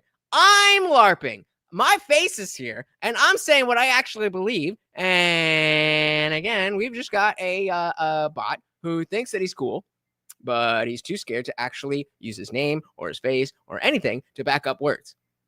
See, I can do it too. Smelly Indians. Oh, shit. I'm as cool as Machiavelli now. Oh, my God. Bye. That influential. You may be amongst your circle because people probably know you're going to be somebody, you're going to be a player, but in the public eye, they don't know you. So they're trying to defame you early on. Yes. Is that a He's not. pretty good description? Yeah, they were trying to throttle me in the Okay.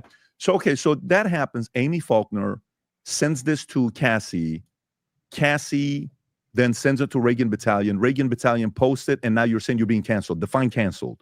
So I'm being So again, guys, this is the wokeness that you don't want to embody. This is the wokeness that we all fought against on the left. And now we have retards doing the same exact shit, thinking they're cool.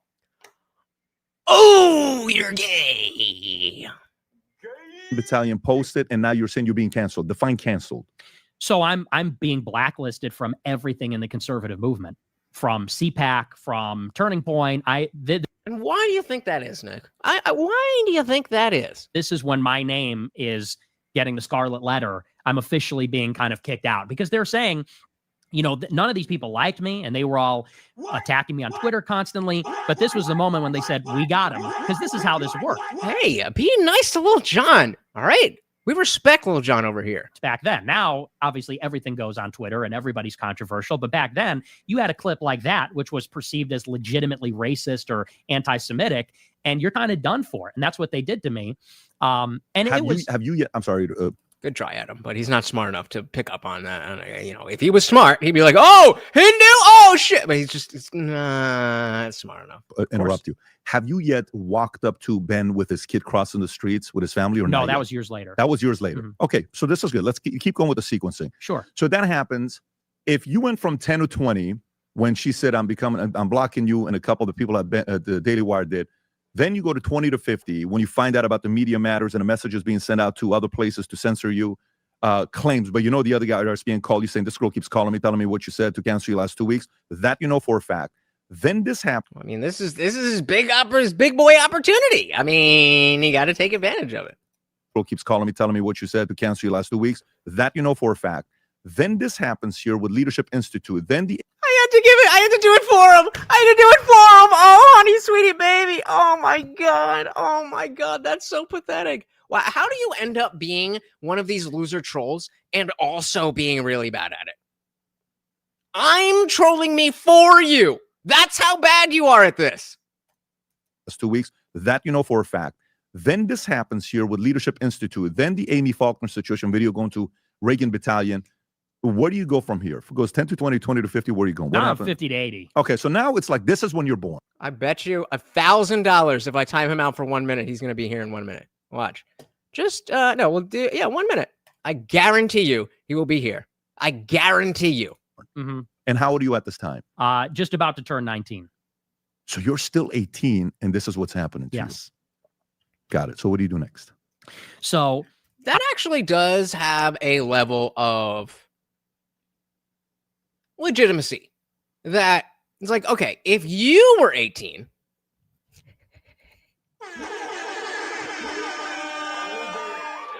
Mel, if you wanted to talk to me, you could just come talk to me. You don't need your George Floyd black square That doesn't work with circular YouTube profile pictures. I know the wokeness is just bleeding out of you, but yikes. What's happening to you? Yes. Got it. So what do you do next? So I have to defend myself. This video is going viral, and Ben Shapiro retweeted it, by the way. Ben Shapiro quote tweeted that Reagan Battalion video. 100%? Are you positive? 100%. I'm pretty sure Mel would be down for that. He said, And what did he say? This is very concerning. Is that the video, Rob? Yes, sir. Can I see it, please? Her in your daily existence by Jews. Told you yes. Okay, so I'm gonna hit the captions. Yeah. So this is the video that he's talking about that essentially kickstarted his career. Can I see it, please? Her in your daily existence by Jews. Told you yes, absolutely. Okay, how? You laugh at it like. How so? Can you?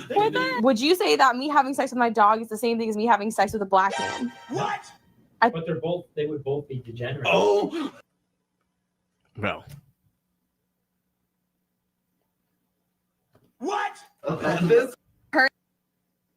Well, that's a little bit, that's a little bit harsh. Well, Could be seen as So if you are this person, then you have just like we just saw with Dave Smith and Officer Tatum presents this whole story, this whole narrative about how Dave is such a bad guy. He's so disgusting. But then he was like, no, I said what I said. I'm going to stand on business. I am right. You are wrong.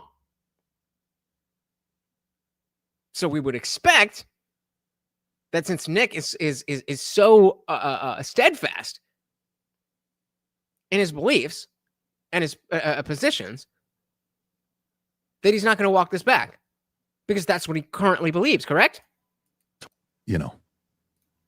that's a little bit harsh. well, Could be seen as harsh. Could be seen as disrespectful. If I was an African American, I would be very annoyed, upset, frustrated, angry with you, and somebody could say that is racist. And the average person, and I'm just talking to you, I'm trying to be really hearing you out. I don't have any gotcha stuff for you here. It's gonna be a very easy interview as we're going through. That's kind of racist. I agree. Okay. But let's remember the context. The context, bruh. I mean, all right. Let's see. I mean, this is the precocious, charismatic, skillful broadcaster. His own words that they were just talking about. So it's not like PBD just sprung this on him. They were just talking about this. So if there's reasoning behind it, I'm willing to hear because it should be fresh in the brain as, again, you were just talking about this. I agree. Okay. But let's remember the context. First of all, you saw that. That's a 3-second clip. Mm-hmm. Yeah, but if I, in 3 seconds, say, I Lutch, in that 3 seconds, love CP, like Dylan's saying, I don't know how many context is going to help me. That statement stands on its own. So unless there's a context where you're like, I was just kidding, or I was just trying to piss you off, which maybe that was the case. But then you're still, perpetuating these ideas. Why does a dog got to be compared with a black person? Speciesist. First of all, you saw that. That's a 3-second clip. Mm-hmm. 3-second clip, and you can't even see 80% of the screen. For sure. Because it's being hidden. Now, you and I both know the way that we talk on a show like this is very, it's like anything. You got to know your audience. Now, that's a 3 a.m. conversation with 18-year-olds. I think that we're all talking about, we're all political people. By the way, I'm also with you there, okay? Because I'm not one that condones that behavior. I've told my kids, I swear to God, if I ever had a conversation with my boys last week, I said, if I ever hear you use the N-word, I swear to God, you're not going to like what I do to you, okay? They were going to school. My kids were going to school, one of the best schools in Florida that has the highest SAT scores and the highest focus on math. The owner of that school's son says the N-word, who's a white guy, says the N-word, the father who owns the school, the board decides to kick his own son out of his school. Very weird situation that happens. So we're having this kind of. Well, that's where it is, because it's not about the legitimacy of using the N-word or any of that stuff. It's about perception. And we're at a place right now where we're trying to change perception of how words are violence. But that's where we're at right now. And that is the N-word, that's going to be the last bastion. I mean, as much as the black community TM has destroyed Black Americans' lives, they're pretty good at messaging. A conversation. And one of my kids just went to Yale for 3 weeks for some summer camp that somebody else was holding in Yale, but he goes or comes back slightly different. Language, you're kind of hearing what's going on, right? And I'm 46. I can't judge you because during my time, Instagram didn't exist, Snapchat didn't exist, YouTube didn't exist, phone cameras didn't exist. And let me tell you, there's a lot of stuff we did at nightclubs and army and videos were on the way we speak at 2 o'clock in the morning. Maybe not at this level. I've never said anything like this, but I understand that it's riskier. So at a young age, you have to be aware you're a very smart guy. Mm-hmm. You have to be aware that kind of stuff. PBD is not going hard. PBD may be going harder than the ladies of her take, but this is not PBD going hard. This is PBD fucking, like I said before, greasing the wheels for the next time that Nick gets in trouble. He's going to have a big show. He's going to be the first one that Nick calls. You have to be aware you're a very smart guy. Mm-hmm. You have to be aware that kind of stuff gets caught. It's going to make it to public. So one, the responsibility is on you. But two, you have a higher risk you're going through because you're part of the social media family, social media generation that we didn't go through. I don't think so. I mean, all right. So there we need the screenshot. Head it into the notes. And we will see if Box is correct. Media family, not social media family, social media generation that we didn't go through at 46. Well, and I learned that lesson the hard way, but what is the lesson? The lesson is that this sort of thing, this is how political control is maintained, which is to say that we have a culture where you don't even have to do anything wrong. If you say anything wrong ever in public and private, even if it's not inherently wrong, if it sounds wrong, someone might be secretly recording and use it to make you look bad and then destroy your career or your reputation. And this is enforced selectively. Like, let's keep in mind, take Shapiro, for example. And this is something I pointed out when this happened. Nick says, my mom didn't have to threaten me like that because she explained the history behind the word so I could easily understand why that word is hurtful to so many people. So I never wanted to use the word. Fair, but one, that's California, and two, that's what, 20, 30 years ago. It's a different landscape where even going to the notion of like the culture of like the Call of Duty lobby, like it just that wasn't a thing then. Adam said Nick knows what he's saying and could easily say he's not talking about race, but culture of Black people, but he does not. And that's all I'm looking for. Because, again, how many times have you heard me say the Black community TM is the worst thing that ever happened to Black Americans? Because I'm talking about the culture of Black people, not individual Black people. But Nick either doesn't understand or he purposely threads that line so that the actively racist people are like, yeah, he's one of us. But he's also very intelligent. And so he can, just like the woke do, put a lot of academic intelligentsia behind it. Your opinion yet again, sir, as much as I respect you, is wrong. Like, let's keep in mind, take Shapiro, for example. And this is something I pointed out when this happened. When Shapiro was 18 or 19 years old, he wrote an article on Town Hall, which said that population transfer is not a dirty word. In other words, meaning we need to take all of the Palestinians and kick them out of Israel. He's advocating for ethnic cleansing on his Town Hall blog. Now, you could say whatever you want about that. Transfer? Yeah, transfer is not a dirty word. Does that mean ethnic cleansing? That's what the article defends, yes. Can you pull it up? I'm curious because I want to be fair. I believe it, but I also understand that, like, if you are Ben Shapiro, then you probably come to the conclusion that, like, oh, a two-state solution is not a solution at all a lot longer ago than I did. He's saying moving them from there to a different place. Yes. Fit like you can go to. All right, so raise your hand. That's what the word "to" means. The Ben Shapiro, August of 2003, which is 22 years ago. Raise your hand if you have shocked the breakdown of a so-called Middle East roadmap. If you're raising your hand, give yourself a nice hard slap across the chops. Maybe that will make you wake up from your reverie of self-education. The roadmap was doomed from the start. The Arab Rob, I can't see it. Enmity of Jews and the state Israel no peace. The time for half-measured has passed. Bulldozing house of homicide bombers is useless. Instituting ongoing curfews uses roadblocks. Oh my God. Like, okay, this is a different pet peeve than when people just read really quickly on something that you can't see. If you're going to pull something up and read it slow enough so that you can fucking read it. Instead of saying, the time for half measures has passed. Bulldozing houses of homicide. The time for half measures has passed. Bulldozing houses of homicide bombers is useless. What? Did we not learn how to read? It's not his fault. He can't read, guys. Such fences, meaning negotiations. Some have rightly suggested that Israel be allowed to decapitate the terrorist leadership of. Some have rightly suggested that Israel be allowed to decapitate the terrorist leadership of Palestinian Authority. What?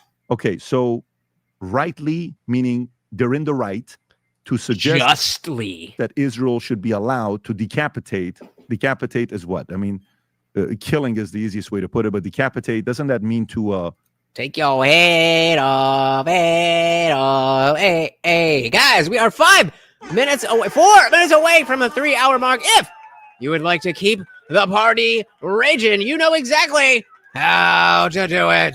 What? I mean, killing is the easiest way to put it, but decapitate, doesn't that mean to, what is the actual definition of decapitate? They mean kill the leadership. Kill the leadership. But if you scroll down, the basis of the article is when he says transfer, he's saying population transfer. And in other words, saying this should not be stigmatized. Where do you see population transfer? That's the title of the article is transfer is not a dirty word. If you read the whole article, that's the whole I want to read the the sentence, Rob. Go lower.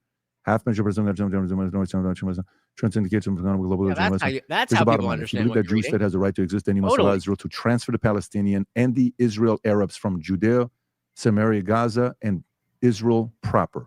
It's an ugly solution, but it's the only solution, and it's far less ugly than the prospect of bloody conflict ad infinitum. The two populations. So, okay, can you go to ChatGPT and type in what does? Give me. Oh, ChatGPT. Shout out to Box with the $2. Thank you. Zombie. Hey. In your head. Zombie. Okay, can you go to the right to transfer? What was the word? Well, that's what the article says. He says remove the Palestinian Arab population from Judea, Samaria, Gaza. How do you interpret what he's saying here? You're thinking he's saying to kill them? He's saying to displace them, to take them and deport them somewhere else, some other deport them Muslim somewhere country. Else. Okay, and so to you, would you define that as ethnic cleansing? By definition, yes. But it's not ethnic cleansing, like just wipe them off the face of the earth. It's not genocide.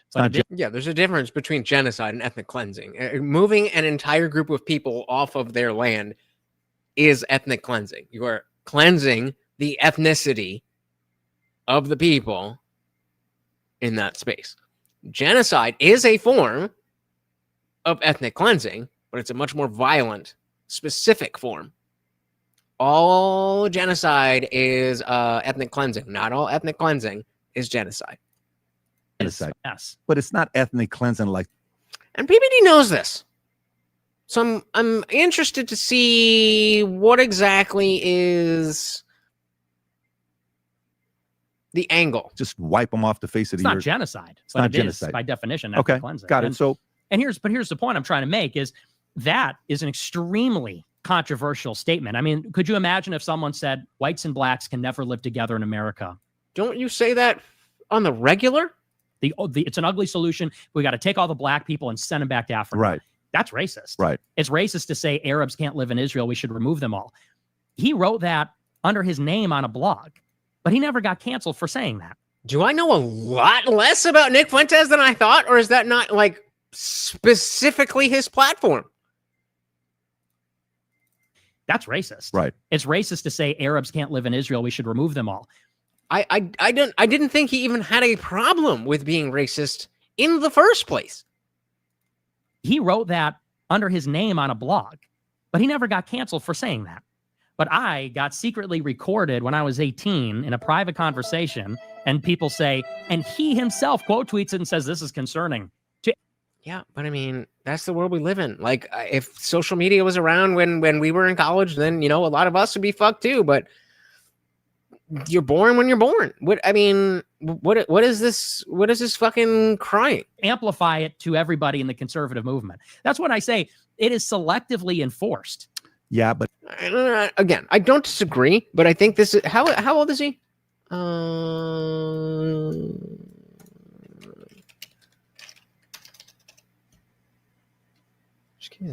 27. Jesus Christ, 27. So what the fuck was I just gonna say? The conservative. Oh yeah. Not helping the point that I was gonna make, that he's 27. I thought he was more like 23. But like, this is the kind of thing where you realize, like, oh, exactly, it is pointed. It is everybody in a certain group. It is a political. Yep. It is a political thing, so it's not just me. And knowing that, I decided to go against what I knew would be censored, and then I was censored. So, like, what we can complain about the fact that we are getting censored, but you chose to say things knowing they would get you censored.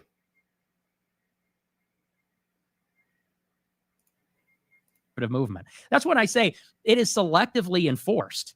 yeah, but if he would have written this the other way around, let's say he's not a Jew, and he writes it about getting rid of Israel or making a comment about Jews, that would be the equivalent of saying having sex with a dog is the same as degenerate, the way you put it down. To me, shout out to Avery. Welcome to the party. You miss a lot, so you'll have to check out that replay. And of course, as you all would do, leave a comment on the stream after it's done, because it's so easy. It's free, and you know how much it helps. You just put Maury in the comments, guys.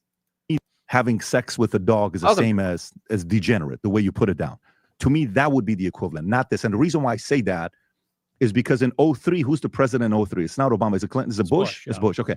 I mean, some definitely want to, but I don't believe it has ever happened. So I mean, that's the rumor, but who fucking knows? So in 03, how pro-Israel were we in 03 in America? Very pro. Okay, so this is this 03 was 2 years after 9/11. We were very pro-Israel in 03. is probably a 80% agreed message in 2003. You know what I'm saying? Yeah. So I'm just trying to time the temperature of when it was written.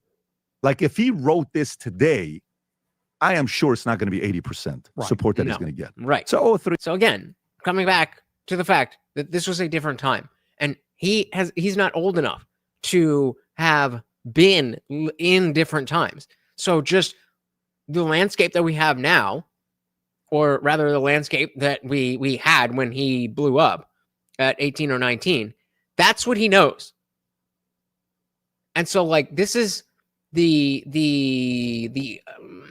issue, for lack of a better word, with these younger people. And again, I thought he was a little bit younger. 27, maybe you should be a little bit mature enough to realize, like, yeah, I've been through some shit to get here, but everybody goes through shit to get anywhere. Well said. Well said. He doesn't understand to seem this. It doesn't seem to understand this condition. I am sure it's not going to be 80% support that he's going to get. So 03, climate's different. Fair. Continue, please, with after what happened with that school situation. Sure. So I'm at this job training. They leak this out to Reagan Battalion. This goes everywhere. And it was in that moment I defended myself very strongly, because they tried to use this clip. And by they, I'm talking about Ben Shapiro, Legit. No, I'm just kidding. Cassie Dillon, Cabot Phillips. they think they've got it, and now I'm canceled from the movement. So I took that, and of course they're expecting you to go out and apologize. They're expecting you to go out and say, I'm sorry, I shouldn't have said that. But I said, you know what? I'm not. This is the Cassie Dillon that he's talking about. Apparently worked under Fox News, worked under Ben Shapiro, and is the reason that we all know about. Is this the actual article? No. Okay. Expecting you to go out and say, I'm sorry, I shouldn't have said that. But I said, aren't I always? Aren't I always?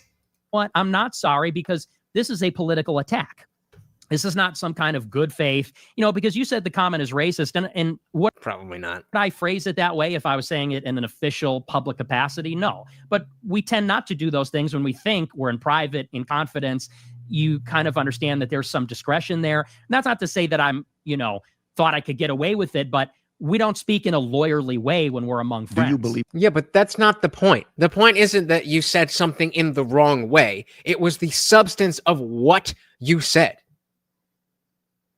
And then the subsequent sticking to the notion that because it was not supposed to be recorded, that the fact that it was recorded then makes it not bad.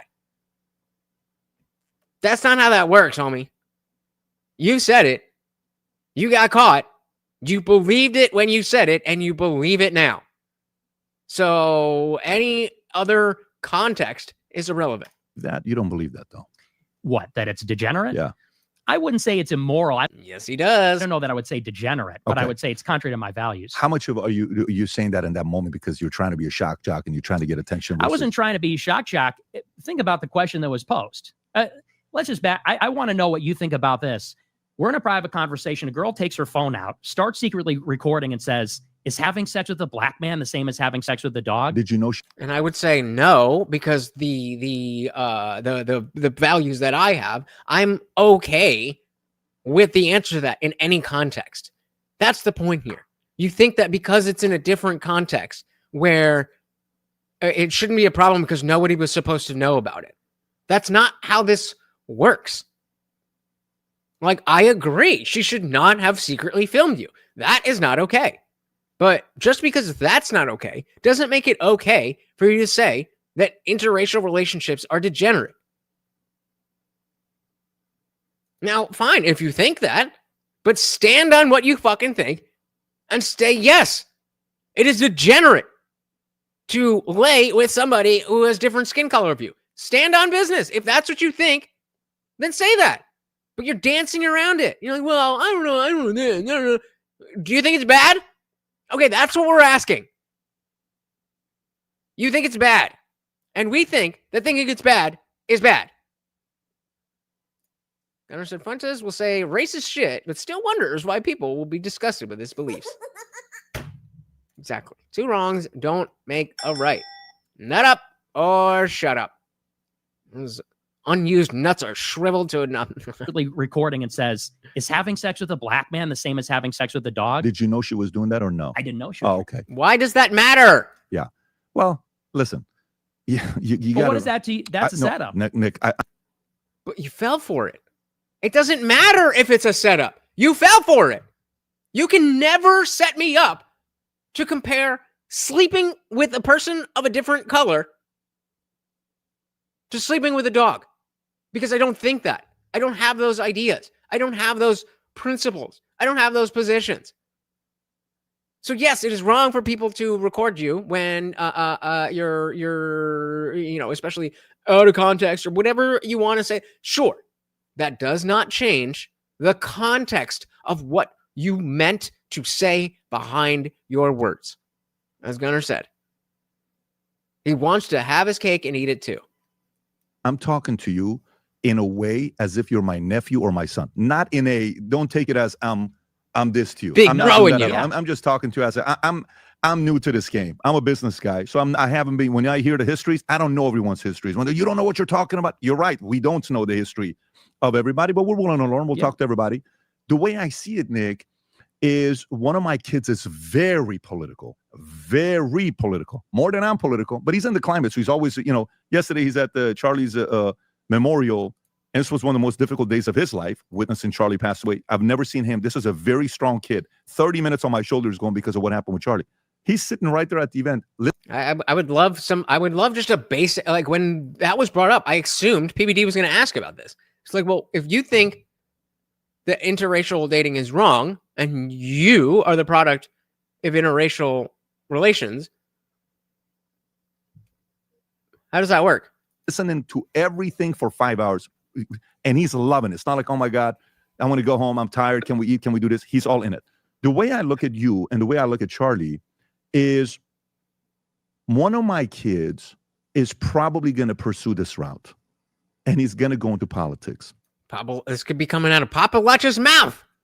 And I think you have an opportunity to mentor them to learn from the mistakes you made. Because whether you know it or not, you've been fucking up left and right. A lot of kids that follow you. Okay. More than they follow me. There's more 13-year-olds following you than they're following me. This is not sarcasm. It's not a shot. Just the truth, right? Just like you were following maybe somebody and looking up at them. I think you got to be careful. Who did you look up to most when you were 13? Who did you look up to most when you were 13? Politics or otherwise? I don't mean like your mom and your dad. I mean someone out in the world.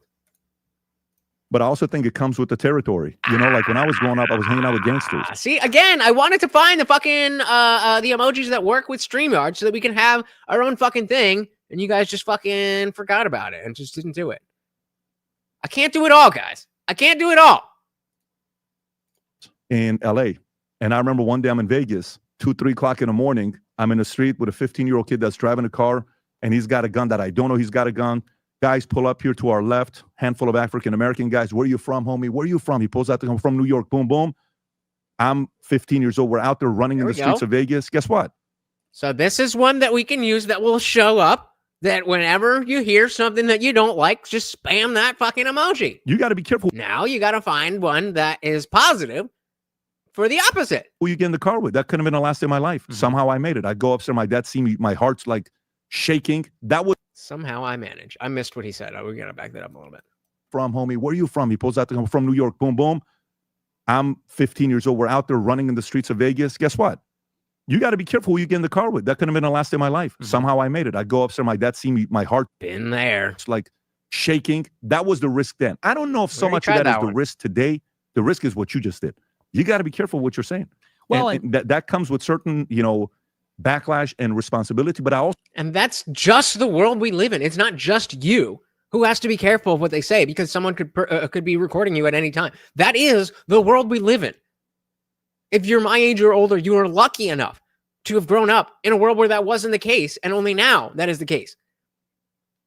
But that is the case. So think, and this is going to give me some in trouble. I also think we should be forgiving. I also think we should be forgiven for Ben writing that, as well as you saying it. I also think it needs to be like, listen. If there's reconciliation, as we've been talking about, as some of you have specifically said, no, I think mainly we were talking about Anna Kasparian, that like, yeah, okay, we're willing to welcome you with open arms, but there needs to be that mea culpa. There needs to be, look, I did this, and those were wrong. I disavow those, and I'm moving forward here. And unless you do that, then you're just saying what needs to be said to help your career, in my personal, humble opinion. Yeah, I mean, maybe he said this. I don't know his upbringing. I'm trying to find that mom, dad. I've seen some stuff with mom and what some of the stuff she said, and maybe it's the influence from grandma. It's Mark Levin. It's not like you had a racist person. I don't see that. But we also have to be a little bit forgiving, because if we don't and we stoke it more, you're going to get worse and worse and worse.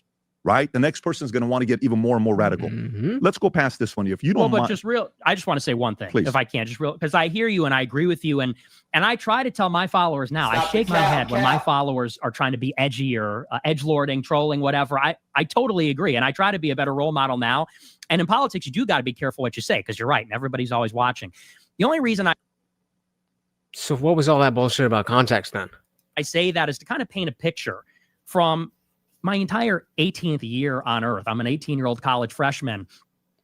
Okay, Box. So if I had let's just say, stolen your car. Let's say I was in throes of my drug addiction and we were hanging out and I seen your keys and I was like, fuck it. I'm going to be able to whatever.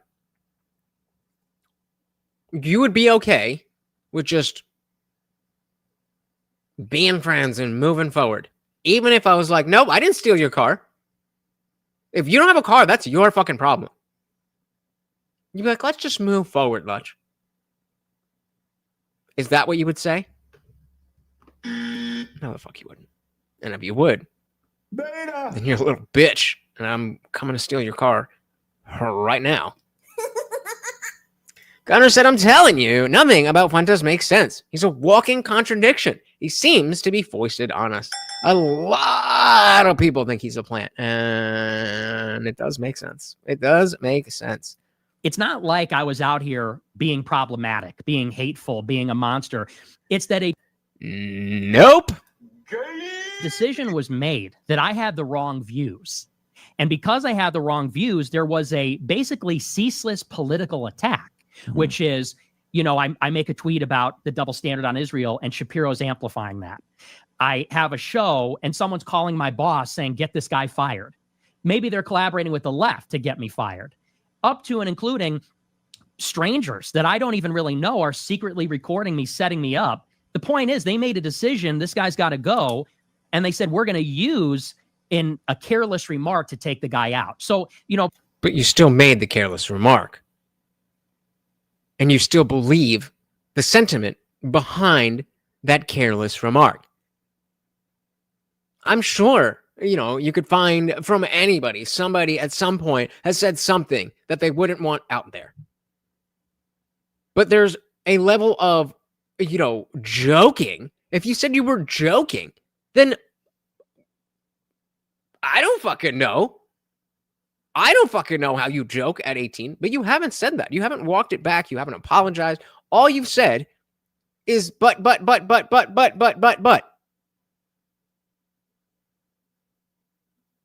So you're demonstrating that whether it was out of context or in context, this is what you believe.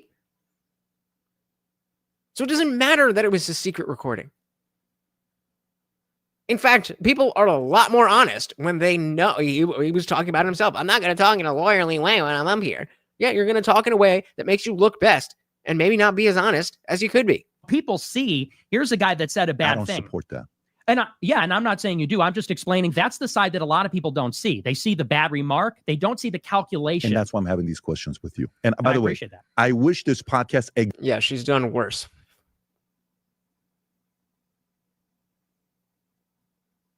Irrelevant to the question, but she's done worse. You going back to ask to be friends after that does not line up with what actually happens there. And I never stole your car. Okay, but I stole your car and you said just move forward. So would you do that if I stole your car? Yes or no? Would you accept I didn't steal your car? I don't care about your car. Figure your own vehicle out. Can we move forward? Would you accept that? Beta. And that is what is worse that Anna did. Create this fucking mentality that you be a baity little fucking faggot and not stand up for what you actually know and believe in. It's like, okay, well, you stole my car and whatever. I just want to be around so bad that I'm just going to take my dick out and just smash it in front of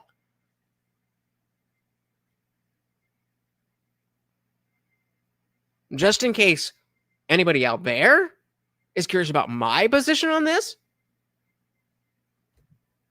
I didn't. That's whatever fucking happened to your car is your fucking problem. I don't know what you're talking about, bro. Can we just move forward? You're fucking making weird shit up. It's kind of racist. Is it because I'm brown?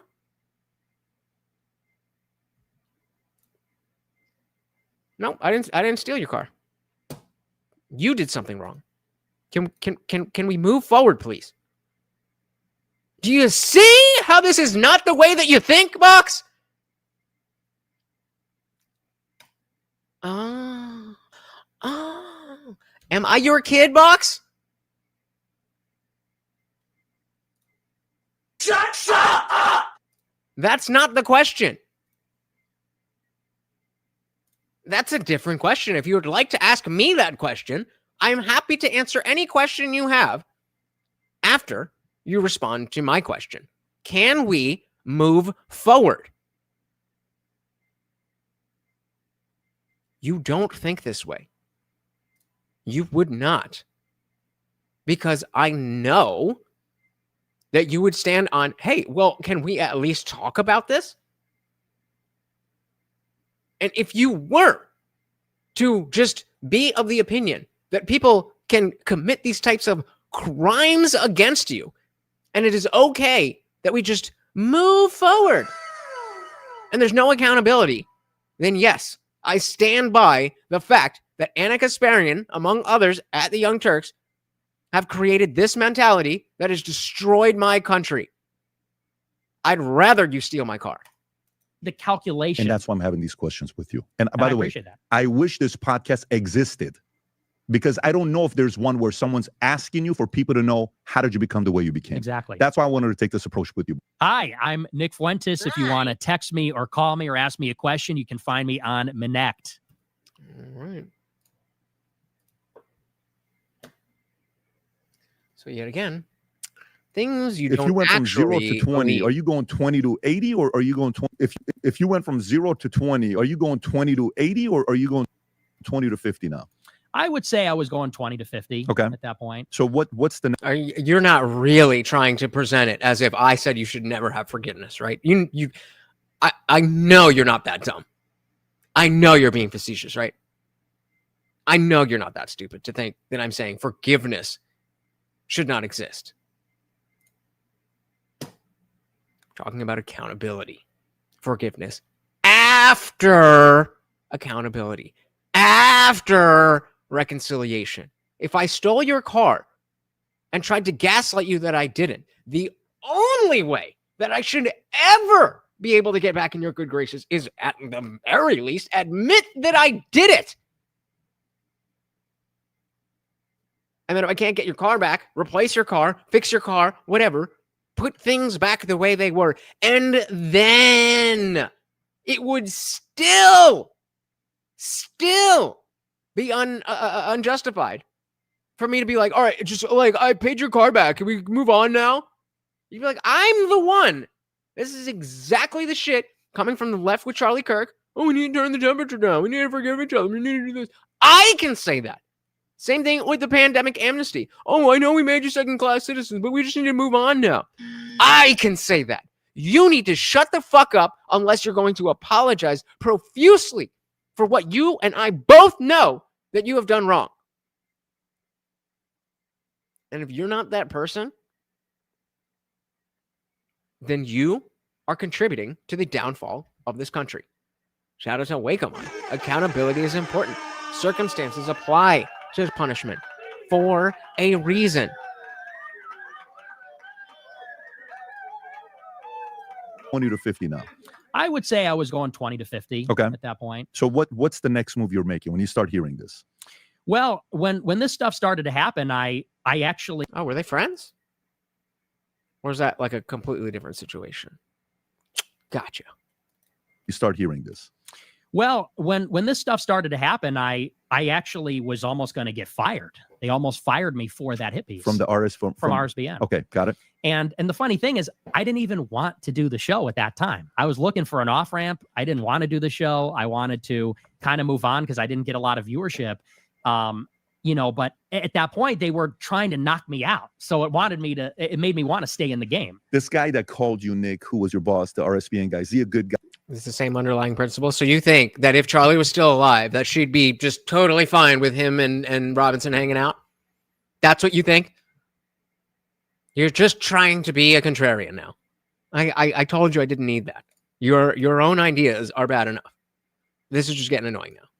In your eyes. He's a good guy. So you have a relationship with him till today, or you guys don't talk, but you're saying he's a good guy. I haven't talked to him, but he's a good guy. But he's a good guy. Okay, so this is not a bad guy. This is a level-headed guy. Okay. So now you're sitting there, they're thinking about getting rid of you. You're not getting a lot of eyeballs with their show, the platform that they have. It's not performing as well as you think it was. What happens next? So they take the show off the air around May 2017. Then they say, well, our fans, they had like a very small, loyal group of followers on their YouTube channel. They said the fans are demanding we bring your show back. They said, we'll make it work for you. You could do it 3 days a week instead of 5, etc. I said, all right. I said, I'll come back. So I did a show in May 29th. That was my comeback show. What happens later, the next kind of big shoe to drop, a lot of people would think it's Charlottesville, because I did wind up at Charlottesville in August of 17 later that. Of course you did. In the summer. Yep. But what that was probably the biggest cringe coming from the right wing in my life. Anybody think of a bigger cringe moment from the right wing with like, because I mean, we have individuals who have done cringy shit, but like that was a decent group of people. Was there anything more cringe than the Charlottesville tiki torches? a lot of people don't know is that there was a lot of stuff that happened before then, which is that I disagree. I go to the Leadership Institute for a job training. Leadership Institute. I don't know if you're familiar. No, I'm not. So they're a think tank in DC. Conservative or not? Very conservative. Okay. From Morton Blackwell's a founder, and they create all these conservative activists that go on campus and they create campus organizations. So many Leadership Institute people will get training from that group, and then they go and start a college Republican chapter, a Turning Point chapter. So who would be a comparable of a Leadership Institute to today? Would TPUSA be a competitor of theirs, or no? They're more they like work a together. Hillsdale. Are they? They're very similar to Turning Point. Okay, got it. Okay, so you're going there, and alumni includes folks like James O'Keefe, Mike Pence, Mitch McConnell. It's okay. Conservatives that gone to James O'Keefe. So it's not like it's just people that are maybe some would call rhinos. James O'Keefe is somebody he's pushed against the envelope many times. So you're there, you're thinking about going to that place. What happens next? So I go there for a job training, and I'm thinking about dropping out of college and working for Leadership Institute. I go there for a job training. You really think that was more cringe than Charlottesville? All right, we gotta make it a poll, man. And I'm thinking about dropping out of college and working for Leadership Institute. I go there for a job training. It's about 2 weeks, and it's in DC, and you stay there in like a bunk dormitory style living. And for 2 weeks, it's sort of this like boot camp, and they try to see what you're made of. It's a training to see if you're going to be a field representative, where you go across the country for 3 months and set up these campus conservative chapters. And so I go there, and the first day that I'm there, they have everybody go up and down and introduce themselves. And they say, tell us your name, where you're from, and why you're a conservative. First day of a 2-week training. And they call on me, and I say, I'm Nick Fuentes. I said, and I'm a conservative because our country is becoming unrecognizable. I said, there's too many browns and blacks. Yeah, I know they're Christians. Yeah, I know they agree with my politics. But I just don't like them. France is no longer France. Paris is no longer Paris. America is no longer America. Mass migration is changing what America is. I said, and I want to conserve what America historically has always been. Now, the first day that I say that, it turns out the instructor is a Lebanese immigrant. She hates the statement. She takes my application and throws it in the garbage, but she doesn't tell me that. So I'm there for the whole 2 weeks, but I'm already disqualified. Christian, Jewish, Muslim, she's a Christian? I assume she was Christian. Lebanese immigrant. Right. Okay. You remember that person's name? Or I don't remember her name. Okay. But how do you know she did that? Because I had a friend that worked the training. He was Polish Catholic, very hard right, and he told me that's exactly what happened. Okay. Do you know why? Why she canceled because she took offense that I said Thank something you. against immigration. Okay, so now we're going to comments you made about immigration, which is more nationalism, pro-America. I want to protect it. I don't want America to be a majority minority by 2030s. Right. I want us to keep our identity that we have. Okay, so she's offended by that. So now you can't go here. Well, it gets better. So that's day number one. Why are you a conservative? Because immigration's changing the country. She hates it, disqualifies me. Now, I'm still there for 2 weeks trying to get a job that I'm never going to get because she already threw my application away. Well, the final day, this is the best part. Final day of the training, we all the applicants had become kind of like a tight-knit group. We're all friends. We're literally living together. So we're sleeping in the same dormitory. We're doing these 10-hour. Hence the word more. It's almost like I've been thinking about this. Or job trainings every day. It's the last day. We already found out who's going to get the job and who isn't. I know I'm not getting the job. And so it's like 3 a.m., our last day. We're all in the common area, just hanging out. Late at night, we're talking about politics. And at that point, they realized I was a pretty far-right guy. I was maybe more far-right than anybody there. And we're all talking about politics. And it comes up, we're talking about interracial relationships and marriage. And I said, well, I'm not in favor of interracial marriages. That's against my values. I want to have a white wife. I want to have white kids. Does anybody know why? I still don't understand. Like, I get that you think that. I still have not gotten an explanation as to why. Is it just right? Is it just the superficial racism? Like, I'm white and I want whites, and everything that I see that's not white is that it? Or is there something deeper? If there is, I'm here trying to listen. 3.5 hours. We talked to we dealt with this fucker. And I'm just trying to understand. And there's nothing there. And of course, I don't want to be some woke lefty. Oh, how dare you? You're such a right. But like, it's cringe because it is racist. Like, just don't be a loser. Shout out to Ayush. I think so. I think that's just it. Like, there's a left-right divide is cringe too. It's rich, yeah, but I meant specifically on that. That I think we can all agree with. But a big shout out to all of the donations.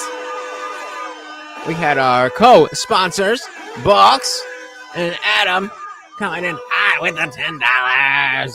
Bomb Tech, keeping the party raging, and of course, Box. Again.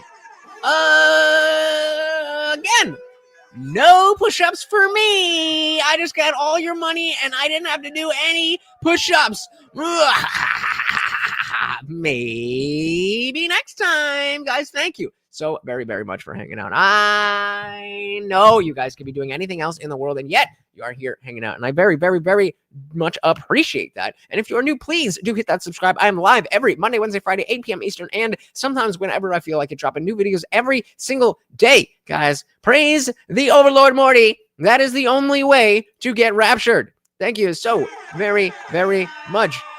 Until next time, guys, once again, that is Morty the Overlord, and I have been your host, Lutch, aka the Indian Jesus, here to resurrect the second coming of common sense. Until next time, guys, we are out of here. Peace.